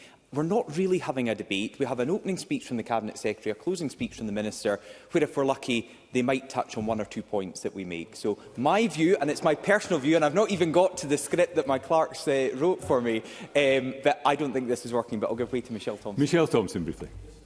Well, first of all, I couldn't agree more. I completely agree with the statements you're making, and I'm sure it'll be picked up elsewhere. But one important consideration is the Finance Committee have worked very hard to encourage all the other committees to look carefully and closely at finance. And what we found is that almost like, no, it's nothing to do with us. And I think perhaps a case in point, a very important fiscal report wasn't across your site. And that'll be up to your clerks. I appreciate that. So I'd just like the member to reflect on that. Again through the Chair, Douglas Ross. Well, I do reflect on it, but I'm in perhaps a slightly different position because I have had two, now just one, but Mr Mason and Mr Greer, before he left the Finance Committee, were assiduous members on the Finance Committee and also on the Education, Children and Young People Committee. And I certainly, as convener, felt that helped because we had robust questioning on finance elements on many of the issues that come forward. I'm 2.5 minutes into a speech that I've not even started yet, but I'll give way to Kenneth Gibson, briefly. I'll be brief. One of the things that the Finance Committee has agreed and get some buy-in from the Parliament is to have a programme of fiscal literacy for not just new MSPs, but indeed all MSPs and ministers in the next Parliament. Is that something you feel would be beneficial? Again, through the Chair, Douglas Ross. I absolutely do, and that maybe allows me to get into the points that I'm keen to raise on behalf of the committee today. Because for our pre-budget scrutiny, we focused on the long-term sustainability of funding for colleges and universities. Now, the challenges facing these sectors are significant, and it is imperative that we act decisively to secure their future. And this budget scrutiny for this year built on the similar themes that we have raised in previous years, and that shows that this is an ongoing problem. And in fact, for our colleges and universities, it is a problem that is only getting worse and more acute. But let me begin with colleges, begin and maybe end with colleges, because I've taken up my time on other things. There has been a considerable focus for the committee on colleges throughout this session, and we've repeatedly raised concerns about the extent and impact of the financial challenges colleges are facing. And many of our colleges are having to deal with immense financial pressures, with a 20% real terms reduction in funding between 2021-22 and 25-26. The SFC said in its 2025 report that by 27-28, the sector is expected to face a negative cash balance, with 12 colleges forecasting cash deficits. They concluded their report, these forecasts show that most colleges are not sustainable. That is a stark warning that this chamber and this government and future governments cannot ignore. But on Mr Gibson's point about additional training, be it for MSPs or for government, an issue I do want to highlight, and I think Mr Mason may as well in his remarks, is the point I made in my intervention to the Cabinet Secretary for Finance. On Budget Day, the Cabinet Secretary for Finance announced a 10% increase in funding for colleges, equivalent to an extra £70 million in 26-27. However, that specific figure simply cannot be replicated from any of the published budget figures, and that leads to considerable confusion. Additional information was provided by the Scottish Government to SPICE to set out that the 10% increase is in fact based on excluding capital funding for the Dunfermline Learning Campus and a spend of £30.3 million in 25-26, falling to £1.1 million in 26-27. But that's important because individual capital projects are usually included in the net college capital total. So at today's committee, our member who is also on the Finance Committee rigorously questioned the Cabinet Secretary and officials, and Jenny Gilruth acknowledged that the £70 million increase figure cannot be found in the published budget, and said the Scottish Government, and I quote, need to reflect on this and how we communicate extra funding we are putting in as a government. And she undertook to write to the committee following our evidence. And I think it is important because the Cabinet Secretary for Finance said, responding to my intervention, that it's really important to be clear. I think it is, because there is a lack of clarity. It's the fact that we took some of our time today in our budget scrutiny trying to get to a point that the government think is clear when it is absolutely not clear in their budget documents. There's a lot more I was going to say, Presiding Officer, on colleges and universities, but I use that as one example, as a plea to the government to make it clear, to make it readable and absolutely obvious to everyone looking. Because if SPICE can't work it out, if the Scottish Government are struggling, if John Mason has a problem, then I think we should all have a problem. Because if he can't find a figure in a budget document, it's almost certainly not there. So there are considerable issues that the committee have been looking at over the last few months and years. We will continue to look at over the remaining weeks and months of this session. I welcome the opportunity to raise this in the Chamber today. I just think perhaps going forward there may be alternative ways of doing so. Thank you, Presiding Officer. Thank you, Mr Ross. We now move to the open debate. Just to advise the Chamber we have exhausted all the time that we had in hand, so I'm going to have to be pretty strict with the speaking time allocations now, which are of 4 minutes during the open debate. First, Michelle Thompson, to be followed by Craig Hoy. Ms Thompson. Thank you, Presiding Officer, and thank you to Douglas Ross for bringing the debate alive. And I'll try and keep it up at that point, even though we're now back to the Finance and Public Administration Committee. Firstly, we've long laboured the point that we need a sustainable fiscal environment in Scotland, and also I would make the point that we have consistently said we need better quality data combined with more transparency from government. And that point came through loud and clear yesterday in our session with the Scottish Fiscal Commission.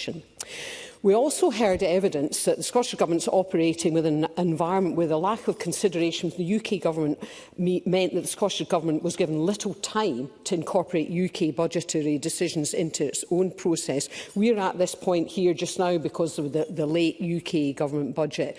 And of course, we also have to operate within a UK tax system that's hugely complicated. And we heard yesterday that there's over 1,000 tax reliefs. And we've heard much comment in this debate today that we're living with a fiscal framework that's really, frankly, not fit for purpose. And I say that not as a political statement, but when I listen to what's happening in process and the additional spend and effort that's required to get to understanding and effective monitoring and measuring of spend, we know we've got a problem. I want to make a few remarks on productivity. We know that the recent forecasts are just not being encouraging. The recent UK budget, the OBR, downgraded its central forecast of productivity growth to just 1%, and the SFC has downgraded its forecast of trend productivity to 0.9%. And I think probably every year that I've spoken in this debate have reiterated the importance of productivity growth. And I did note the comments of the IFS that they said, and I quote, we need heroic improvements in productivity. We know there's multiple factors that affect it, but I just want to remark briefly on two areas affected by the budget, one constrained and one encouraging. The positive, and I go back to some of the remarks that have been made earlier, increased investment in the college sector and skills is hugely welcome. And I add my voice to the kind of lack of clarity around, well, is it 70 million, is it 40 million? But nevertheless, it's a critical area for enhancing labour market productivity. And I hope going forward we need a particular focus on skills needs, and particularly around the social care sector due to UK government visa restrictions, but also digital upskilling and management skills. Less positive, however, and partly due to the limited range of taxes under the Scottish Government's control, some of the devolved taxes act as a barrier to productivity growth. For example, LBTT is a tax that actually makes it harder for people to move to get jobs or for businesses to get better premises, and that harms productivity growth. Now, I appreciate the flexibility afforded the Scottish Government by the few devolved taxpayers makes this difficult, but I was pleased to see no further increases this year. I'd also like to raise an issue that's often ignored.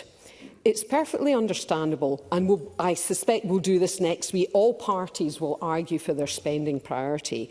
But I think it was Liz Smith in a committee that said we need to consider areas that can be deprioritised.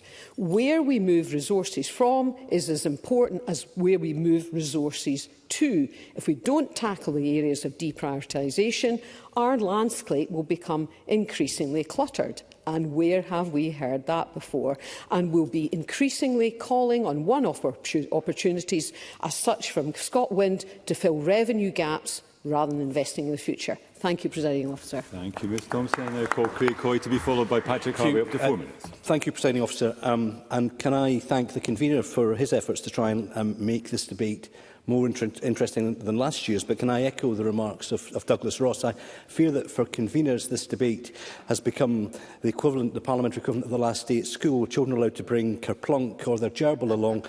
It may be interesting for them and for some, but ultimately it's unproductive, and I'm not certain that it's a good use of parliamentary time, particularly at this in the late stages of this parliament. This debate was also meant to be about fiscal sustainability, and whilst I heard the Minister mention those words, I didn't get any sense that there was a real and coherent strategy underpinning it to deal with the £5 billion budget black hole that she is set to leave behind, because fiscal sustainability is meant to balance revenue and spending over time and not to burden future generations, nor to burden future finance ministers with an imbalanced budget. And to deal with some of the issues that I think we've heard about during this debate today, right across all areas of public expenditure and taxation, there are alarm bells ringing, be that the burgeoning benefits bill, be it lower productivity growth, be it projected higher inflation, be it higher pay settlements than the Scottish Government's public sector pay policy can withstand, be it pay grade inflation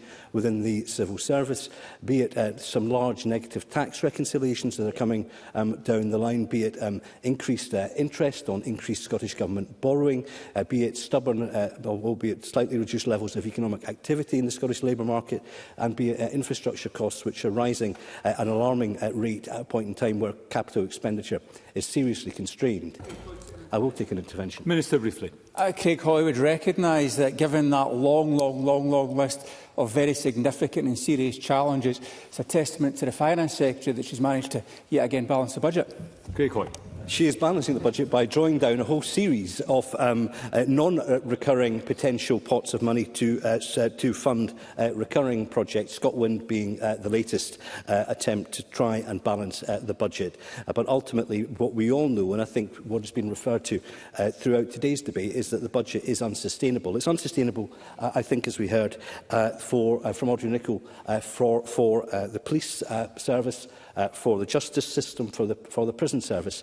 Equally, it's probably still unsustainable for the college sector, because, as we saw, smoke and mirrors have been deployed in relation to funding for that sector as well. And this brings me on to, I think, a point that the committee has raised on several occasions, and that the government has in part addressed in this year's budget, which is the element of baselining and making sure that there are comparisons between apples and pears with pears. And I think we picked up some frustration yesterday from Fraser Valander and from the SFC in relation to the way in which this budget was presented.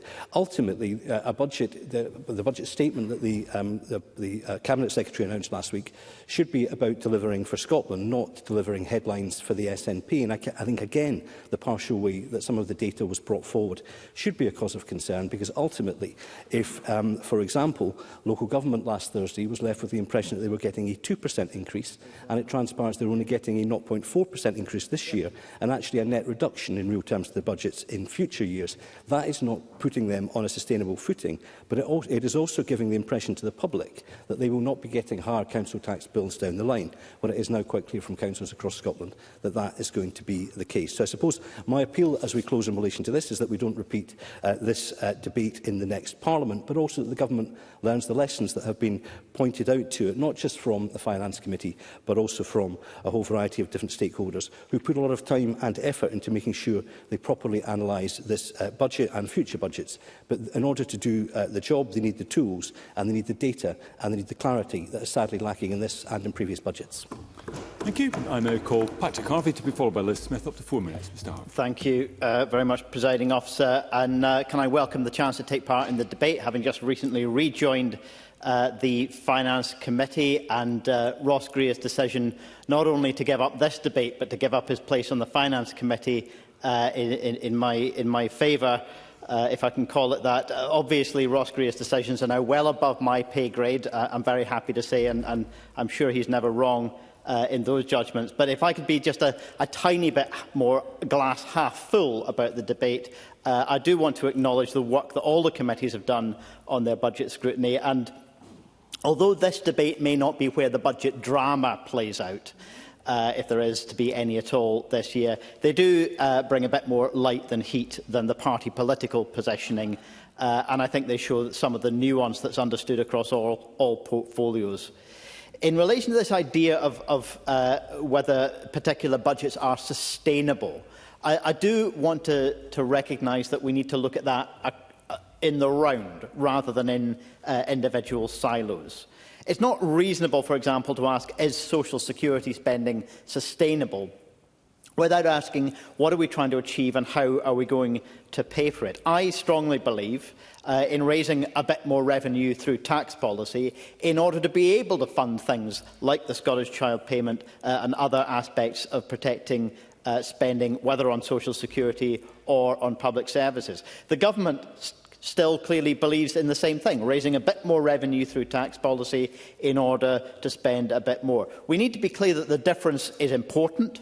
It has been significant, but it isn't transformational, and it isn't at the level that is yet capable of meeting all of the challenges raised by all of the individual committees. On child poverty, for example, I welcome the improvements that are being proposed for Scottish Child Payment for the youngest children, but they're not in place yet. And I think that's something that has been welcomed, but with a caveat by some of the stakeholder organisations. On climate, I want to say very clearly that even if the budget funds the government's current climate plan, that only means it funds a slowdown on climate. Let's contrast, for example, the announcement today of a Warm Homes plan finally from the UK Government with the scrapping of the equivalent measures, the Heat and Buildings programme by the Scottish Government, where we're not going to see that legislation pass at all. And so we need to recognise that in discussing the issue of fiscal sustainability, we look at it across the piece rather than silo by silo. After today's debate, of course, we move on to the more party political debates on the budget. And I do want to recognise that two measures that we've argued for, the Greens have argued for, the mansion tax and the private jet tax, they are important, but they are limited in scale. They are limited in scale, but I think it's really important, if we're going to see further progress toward a more progressive, more equal society, that we make it clear to the public that we will target the super rich first, in order to justify the case that we're building a more equal society. And I also welcome the additional support for workers affected by the closure of Mossmoran, the increased investment in breakfast clubs and in just transition. I don't have time, Presiding Officer, to go into the number of other changes that we have argued for and will continue to argue for, whether on expanding free public transport or indeed improvements to childcare. But I do make the case, finally, that Greens have a strong track record of trying to achieve positive change by bringing forward workable and funded proposals to government. And I think the budget process would work much better if every political party was willing to do that, rather than only demanding more spending and never saying how it's to be paid for. Thank you. And I call Liz Smith to be followed by John Mason on the floor. Thank you, Deputy Presiding Officer. Now, this is not my final speech to the Parliament, which I'll no doubt come to sometime in March, but I do want to say some things about scrutiny of budgets and what I've seen over my nearly 20 years in this place. Things are changing, and just like Douglas Ross has intimated, I don't think it's good enough, and I'm not casting aspersions on any one individual here, but on the process, because it's not strong enough. And I think there's a frustration within the Finance and Public Administration Committee, for which I have the highest regard, not just for my colleagues, but the way in which it operates. There is a frustration that we spend so much of our time going into very considerable detail about budget scrutiny, but that is not reflected in a way that the whole Parliament can contribute to. And I've argued time and time again, and I continue to argue, that I think this place needs a finance bill process, so that there is much more effective scrutiny from the whole of the Parliament as to exactly what each of the budget lines really mean. Now, I think that when it comes to fiscal sustainability, that is a huge issue just now. And it doesn't matter which economic analyst you look at from that perspective. Everyone is telling us that we have to get serious about the size of the gap between the projected expenditure and what we're going to take in. And as yet, I think there's a real strong feeling, and I think there's a frustration amongst the economic analysts as well, that we are not taking this sufficiently seriously. And I worry about that, because budgets are the most important things that parliaments do. We've got to get it right, but at the moment we're not able to do that because, and to come back to the point that Michelle Thompson made, we have to not only understand what the government's priorities are, not just in strap lines about tackling child poverty or dealing with the climate crisis or ensuring that there's economic growth, we actually have to understand which policies are best at delivering on these broad targets and which are ones that could be deprioritised, because I'm sure I don't have to tell the Cabinet Secretary, very difficult choices do have to be made. And these choices are easier to make if we understand which policies are the most effective in delivering on the outcomes that we all want to see and which policies are perhaps not in that bracket. And I don't think this Parliament is actually very good at making that decision, and that's no reflection, as I say, on any one individual or any one committee. I just don't think we've got this process right.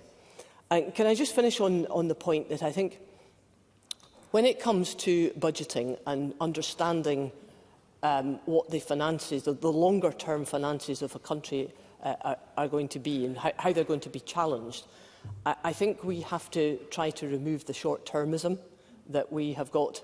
I think we've got used to that within this Parliament. There's far too much short-termism. We're not planning ahead in a way that we should be. And I think that's a frustration, especially within the Fiscal Commission, who feel that we're not taking things sufficiently seriously when it comes to really major challenges about economic inactivity, about the issue of productivity, about economic growth, and about the way that we are going to deal with a demographic time bomb. You know, these are really serious things that are confronting this Parliament. So I'm going to finish on that point, Deputy Presiding Officer, but I think the next Parliament has a lot of thinking to do about how to better inspire this Parliament or the members of the next Parliament to work on budgets and do things a bit better.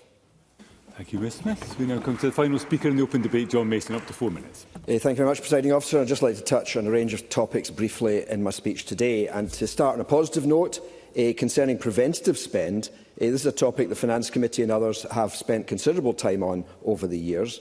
And I fully accept that differentiating between preventative and reactive spend is not an exact science. However, I was very pleased to see in the Government's response to the committee that they are testing a budget tagging method for tracking preventative spend and hope to have initial results this coming summer, and that looks like progress to me. Moving on, I personally consider that the current fiscal framework is unfair and is biased against Scotland. It requires us to compete with London and the south east of England, which historically most nations and regions have struggled to do. And the whole purpose of the Barnett formula is to reduce the extra spending that Scotland gets, which was initially based on need. Our needs continue to be greater than other parts of the UK because of rurality, historically poorer health and an ageing population, but this is totally ignored by the fiscal framework. I might say that Wales probably suffers even more than we do. The last review of the fiscal framework was minimalist, to say the least. It was not what we had been expecting, and there was next to no parliamentary involvement either here or at Westminster. And I fully support the Government seeking a much fuller review with the current UK Government as soon as possible. Just further on this point, I believe we should be interacting much more than we are with Westminster on financial issues. Very clearly, our finances are closely interlinked. Dates of budgets, block grant adjustments, income tax, building safety levy and so on. Yet over the last 5 years, it has proved incredibly difficult to get Treasury Ministers to give evidence to committee. Of course, I accept that they are primarily answerable to MPs, but that is not a reason to refuse to interact with the Scottish Parliament. Raising taxes, I believe, overall is essential if we want quality public services. That applies to both the UK and the Scottish level. Most European countries are raising taxes these days, and both Scotland and the UK are far from being high-tax countries. I realise that raising taxes is not generally popular, although perhaps more of the public are willing to support higher taxes if they see that the money is going to care services, colleges and so on. Now, that brings in the topic of general understanding of Scotland's finances, which has been mentioned already today. The UK has a complex tax system, and I accept that because Scotland has to add on to an underlying complex system, it inevitably makes things here even more complicated. But we do need to make an increased effort at financial education, be that for young people in schools or for new MSPs after the election. To move on to just a couple of more specific topics, the 2 more bans on council tax is not nearly radical enough, and is probably not going to raise a huge amount of money. And I think we remain unclear as to how any extra money will be shared out amongst local councils. Council tax is a regressive system, and at the very least we need a complete revaluation. However, my preference is certainly for a tax that is more progressive, something that is much more closely linked to the actual value of people's homes. Since 1991, some property prices have increased more than others, and it remains my strong belief that poorer areas are losing out and are increasingly subsidising richer areas. The increase in housing investment is very welcome. However, it is still the case that we are facing a housing emergency, and I wonder if some other capital expenditure should not be trimmed back. And finally, to touch on the issue mentioned before about the funding of colleges, I'm glad to see an increase, and I have to say I agree for once with that most of Douglas Ross's comments were fair today. But there has been a question about whether the increase is really £70 million or if it is only a £40 million increase compared to the 25-26 budget. I note the Cabinet Secretary's point that the core budget has increased by £70 million, but if we look at the total budget going to colleges, it has only increased by £40 million, and I think that is a little bit unfair. Mr Mason has just concluded. I'm finished. So overall, given the fiscal framework we are subjected to, I think it's a reasonable budget, and I will be supporting it. Thank you very much. Thank you. I now come to the closing speeches. I call first the Minister. Up to 8 minutes, please. Thank you, Presiding Officer. Presiding Officer, on the 13th of January, the Government set out a budget which supports our 4 main priorities: eradicating child poverty, growing the economy, tackling the climate emergency and ensuring high-quality, sustainable public services. And alongside the budget, we published the Scottish Spending Review and the Infrastructure Delivery Plan, which provides greater fiscal certainty and supports long-term financial planning. And today we've heard from committees on a wide range of issues, and I would like to take a few minutes to reflect on today's discussion. If I can make some progress, that would be helpful, thanks. So I want to begin by reflecting this Government and my personal commitment to reforming our public services to ensure they are fit to deliver the quality of service that the people of Scotland rightly expect, with the resources available. And the PSR strategy was referenced by both the Finance and Public Administration Committee and indeed by the Local Government Committee. We know that public service reform is essential to fiscal sustainability, and achieving this will require workforce reductions, a reshaping of the workforce, considered pay policies, smart use of technology, a shift towards prevention and more efficient joined-up services, indeed the whole Christie agenda. And while portfolio efficiency and reform plans demonstrate our progress towards achieving the 0.5% annual workforce reduction, we've been clear our approach is designed to protect and indeed improve our frontline services. Our public service reform strategy sets out much of this and commits us to activities such as exploring preventative budgeting approaches and, of course, the Invest to Save Fund, which this budget is investing a further £29.9 million in 26-27 to encourage and support efficiencies in our public sector. Presiding Officer, some of the debate today was committees, rightly, I suppose from their perspective, focusing on their own portfolio interests and allocations. But of course, increasingly, the solutions that we require from reform will require work that cuts right across portfolio silos, and indeed removing those silos is a key part of the reform agenda. And likewise, I'll just finish this part and then I'll come back if that's okay. Likewise, shifting to focus on preventative spending will necessitate understanding of how spend in one area leads to savings in another. And this direction of travel, I believe, has to accelerate, and it will throw up additional challenges around tracking spend year on year and from budget silo to budget silo. Additional understanding, there's an understandable focus on inputs in the debate from committee conveners, but it's important to recognise, of course, that this is only part of the story. The reform agenda and the adoption of efficiency measures should deliver improved outcomes and improved service delivery without necessarily a corresponding or proportionate increase in input resources. And I think a shift to talk more about prevention, more across silos and more in terms of those outcomes is a necessary part of taking this process forward. I think it's far from government to comment on Douglas Ross's intervention. It's for Parliament to decide and design how this debate takes place. But I think that perhaps does give an opportunity to focus more on some of these substantive issues that are going to be increasingly to the fore as we move forward to address the challenge. Take an intervention from Liz Smith. Liz Smith. Thank you for giving way. I do actually think that the Minister is making a case for why we need a budget bill, our finance bill, and it's so important that we are able to work across different portfolios, and it's so important that all members within this Parliament are able to scrutinise that on a cross-party basis. Does he agree with that? Because the Finance Committee members are pretty unanimous on this. Minister. The Government's position has been that we think that there could well be merit in a finance bill, and it's something I think that we're very happy to continue to engage with the Finance Committee and others on to see how that could fit. It clearly would require quite a bit of re-engineering of the process as it is, and we need to understand exactly how that would be taken forward. But it's a conversation we're very comfortable with. I think Craig Hoy wanted to intervene. Craig Hoy. I understand the Minister doesn't necessarily want to dwell on portfolio spending, but can he just pass comment on local government spending this year and in future years? Because yesterday I asked Professor Graham Roy about Shona Robertson's 2% real terms local government claim in the budget last week, and Professor Roy told me that's not our number, you'd have to ask the Cabinet Secretary, adding, in real terms, the current plans were of the local government budget being cut. So which is it, a 2% increase or a cut? Minister. The overall settlement for local government increases by £650.9 million, a cash increase of 4.3% or 2% in real terms compared to the 25-26 budget.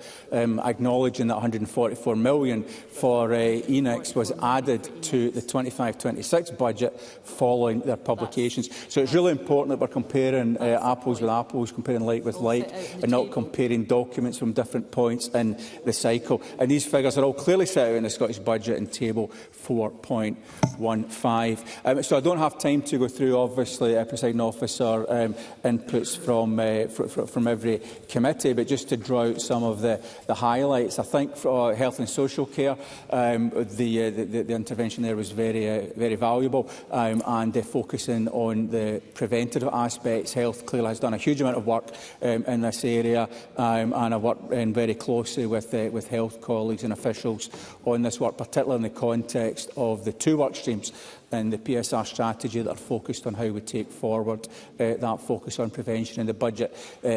Tagging exercise, I think, will help to take us to a better place in terms of understanding that as we continue to develop that. And it's also important to recognise the work on the service renewal framework and the operational improvement plans that health colleagues are taking forward will deliver potentially significant improvements in delivery by refocusing the existing considerable resources in that budget to make them more impactful. I think that's a very important point. I recognise the comments from convener of the Criminal Justice Committee, and we're working to allow the Scottish Police Authority and Scottish Fire and Rescue Service to hold reserves and expand borrowing powers. These rules sit with UK Treasury, and this Government has been clear it would welcome reform to improve flexibility in this regard and more widely across public services, and recognise the comments with regard to the fire service and how it can seek to reform and refocus its activity. And also recognise the comments that Michelle Thompson made in regard to the importance of productivity, because growing the size of the economy is one of the key focuses of this Government. Productivity is a key part, absolutely key metric. It's interesting that over the medium to long term, Scotland's economy has grown their productivity at a significantly higher rate than the rest of the UK. And of course, the extra £70 million investment in our colleges support that skills agenda, which is absolutely critical to improving that productivity uplift. So just in conclusion, Presiding Officer, it's a budget that the Government is proud of. It focuses on our 4 priorities. Minister, just concluding. And if you'd come in earlier, and strengthens our public services. It invests in Scotland's infrastructure and its people, and I would like to thank members today for their views and ongoing engagement in the budget process. And I'll watch with interest to see the format that this particular debate takes in the next session of Parliament. Thank you, Presiding Officer. Thank you, Minister. And I call on Michael Manna on behalf of the Finance and Public Administration Committee to conclude the debate up to 9 minutes. Thank you very much, Presiding Officer. I'm pleased to be summing up today's debate on behalf of the Finance and Public Administration Committee. Thank you to all those who contributed, however reluctantly on some people's part. Can I put on record my thanks to our outstanding clerk and team for the real teamwork that takes place on the Finance Committee. One of the clear themes that's come through the debate has been about transparency. I think it's been mentioned by a lot of people, and I don't think that is just an esoteric or idea or a principle. It's actually necessary, and I'll try and set out why. It is a long-standing concern of the committee. Over the last few years, we have asked that routine in-year transfers are baselined in the Scottish budget. Some of that's just played out in the conversations between Mr Hoy and the Minister just now. In this year's budget, we had £786 million of baseline transfers that were actioned by the Government. However, the Government does seem to continue to resist baselining all routine in-year transfers for reasons that are frankly bewildering, I think, to the Finance Committee. We therefore ask that the Government explain why it is not making more progress in this area. It was an area of very significant concern yesterday in the evidence that we took from our witnesses in the Finance Committee, including the Scottish Fiscal Commission, who have actually taken action and provided their own figures to try and illustrate the real picture as they see it in their own documentation, because the Government haven't taken that action. £606 million of resource internal transfers in the 25-26 against the autumn budget revision have not been baselined, and there's no explanation for that. This leads to some very misleading claims on portfolio comparisons between 25-26 and 26-27. I think there's a couple of most egregious examples. Education and skills portfolio. The Scottish Government claim a 6.6% real terms increase, and the Scottish Fiscal Commission, who have done that work, say it's a 0.8% real terms increase. On housing, the Scottish Government claims an 8.9% real terms increase. The Scottish Fiscal Commission say it's a 3.9% real terms cut. These figures really do matter when people are trying to understand the budget, and these are figures that are set out by the Scottish Fiscal Commission. The issue of colleges, Douglas Ross raised that in his role as convener early on. It's received some scrutiny in recent days. This idea that it is a £70 million increase is only true if last year's capital is removed from the baseline. So that figure is actually £40 million. And if I can give the Cabinet Secretary a quote from Mari Spowage on this, from the Director of Fraser Allender. I've seen the commentary. To be honest, I don't know, but we should know. The Government need to work with the Parliament to reduce the confusion about this sort of issue, so we are much clearer when they present their draft budget about what we are spending money on.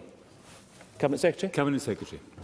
I will say again that the college sector has had a £70 million increase in core college funding available to the Scottish Funding Council, £61.4 million resource, an extra £8.2 million capital, and of course over the past 5 years there has also been a significant investment of over £150 million in the Dunfermline Learning Campus, which has been over and above the funding made available to the sector at large. Now, there is an issue about how those tables are set out, because they don't separate out the capital funding that the SFC can distribute across the sector from funding that is specific to a strategic project. So that will be addressed, but the funding is £70 million Michael Marr, I can give you the time extra. back. Cabinet Secretary, you would have to recognise, I think, Cabinet Secretary, that if somebody is eminent as Professor Mari Spowage and Fraser Allender Institute and all her analysts cannot interrogate the budget documents and come to the conclusion that you have, then something has gone badly wrong in that instance. On social care pay, if I can bring us to that, raised by Jackie Bailey in the debate, a real challenge here. In the Cabinet Secretary's budget statement, she stated that the budget provides the resources needed to ensure that where we commission services, those working in adult social care receive as a minimum the real living wage. Yet now we hear in the debate today that the Government are refusing to meet the cost of the statutory increase, but are prepared to meet the cost of the discretionary increase on top of that. Now, there is no way that you would listen to the budget statement and come to that conclusion. It's absolutely not the case, and it's certainly not the conclusion that the sector came to. A real challenge around transparency in the way that the budget is presented. There was much less in the debate on the theme of fiscal sustainability, and we are still, as a committee, seeking a full response to the Scottish Fiscal Commission's fiscal sustainability report as part of the government's long-term planning. It is very difficult to claim that the budget documents have risen to this challenge about addressing the sustainability. And the committee, and more broadly the independent institutions, have very significant concerns as to the challenges that we face in our public finances. And some of this is highlighted, I think, by conveners today in their evidence from their own committees. If I can illustrate this in terms of, actually, it's about both transparency and sustainability. The Financial Sustainability Delivery Plan and also the Scottish Spending Review promise £1.5 billion of portfolio savings, but it's impossible really to determine how any of that relates to closing the gap that the Scottish Fiscal Commission has identified. And the Minister's looking at me quizzically in that regard, but this is Professor David Bell of Stirling University. He is completely confused, in his words, as to how those two issues address each other. And perhaps we can hear some evidence next week in committee from the Minister on that point, because it's not apparent how those things relate to each other. And the Institute for Fiscal Studies and the Fraser of Allender Institute have been absolutely clear that they retain significant concerns about that long-term trajectory and the sustainability of public finances. Michelle Thompson highlighted in her contribution the heroic, in their words, assumptions on productivity that are being made by the government in this regard. Both of these independent financial institutions predict that the budget may very well not reach the autumn without an emergency budget from this government,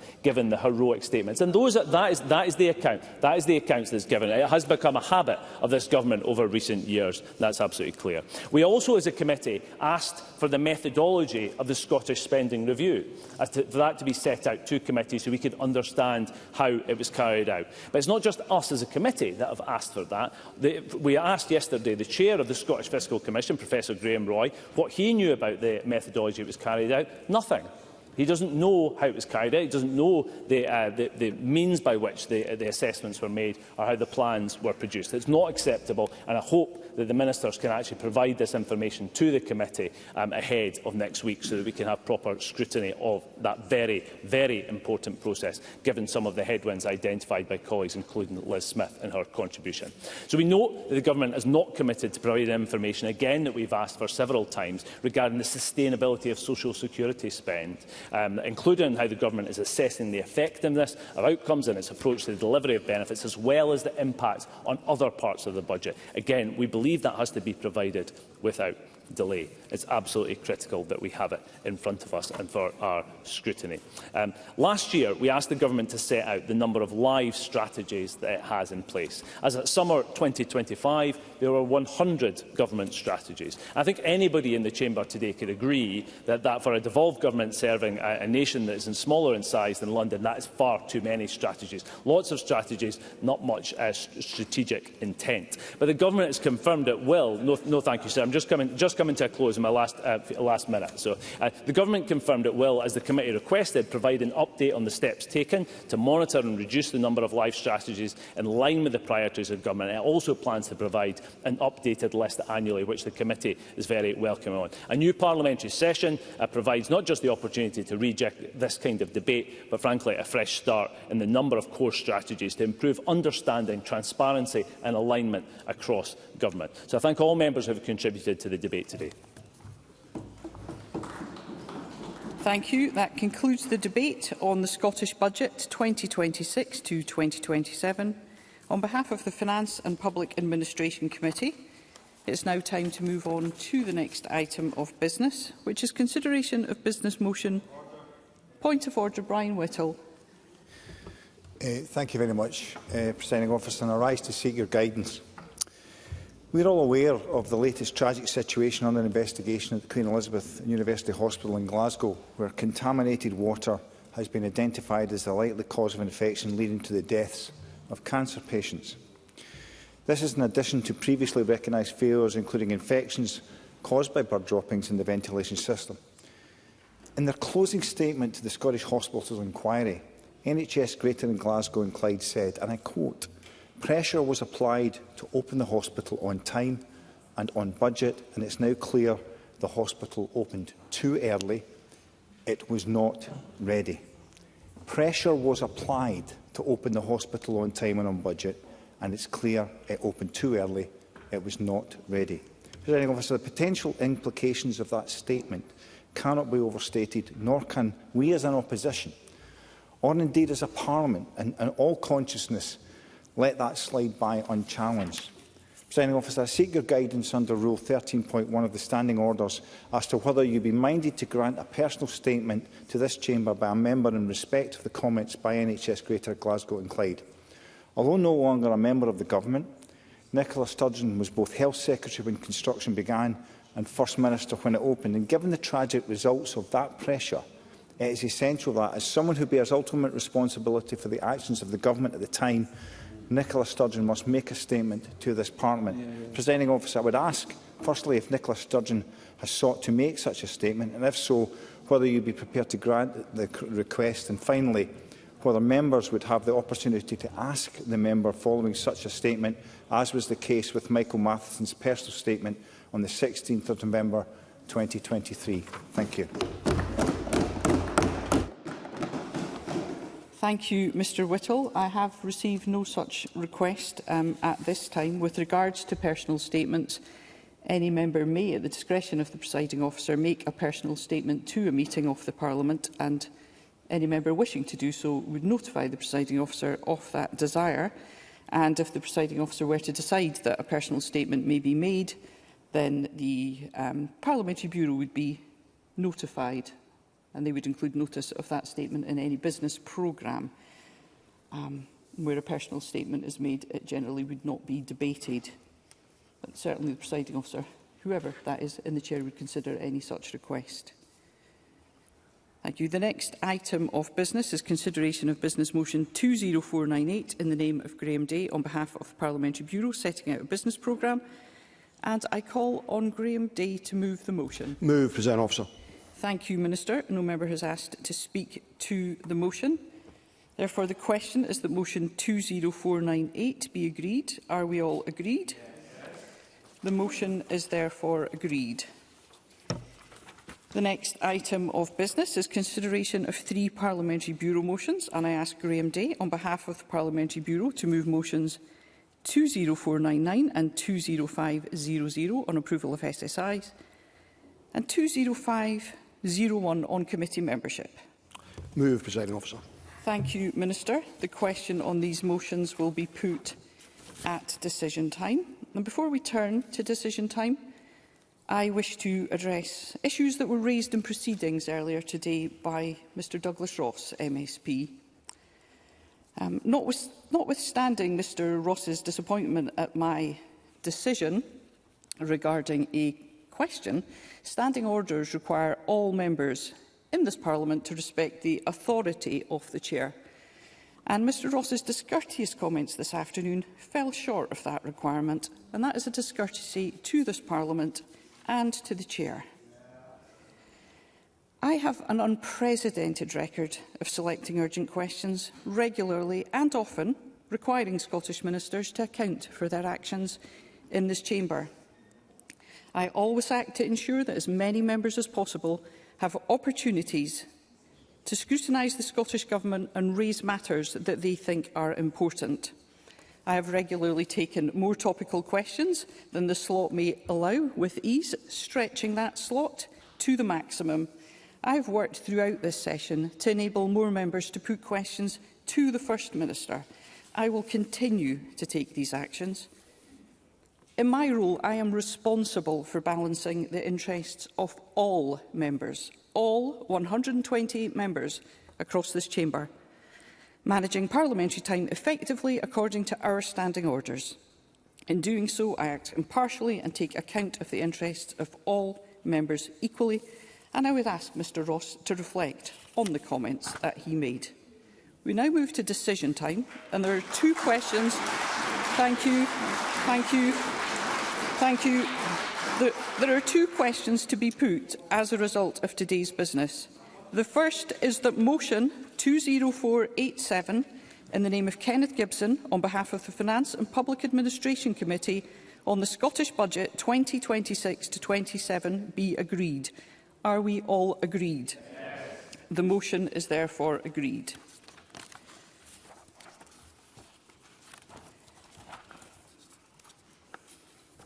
And I propose to ask a single question on 3 Parliamentary Bureau motions. Does any member object?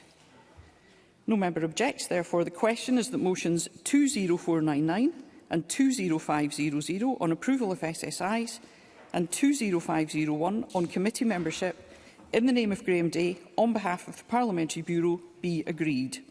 Are we all agreed? Yes. The motions are therefore agreed. And that concludes decision time, and we will now move on to members' business in the name of Tim Eagle.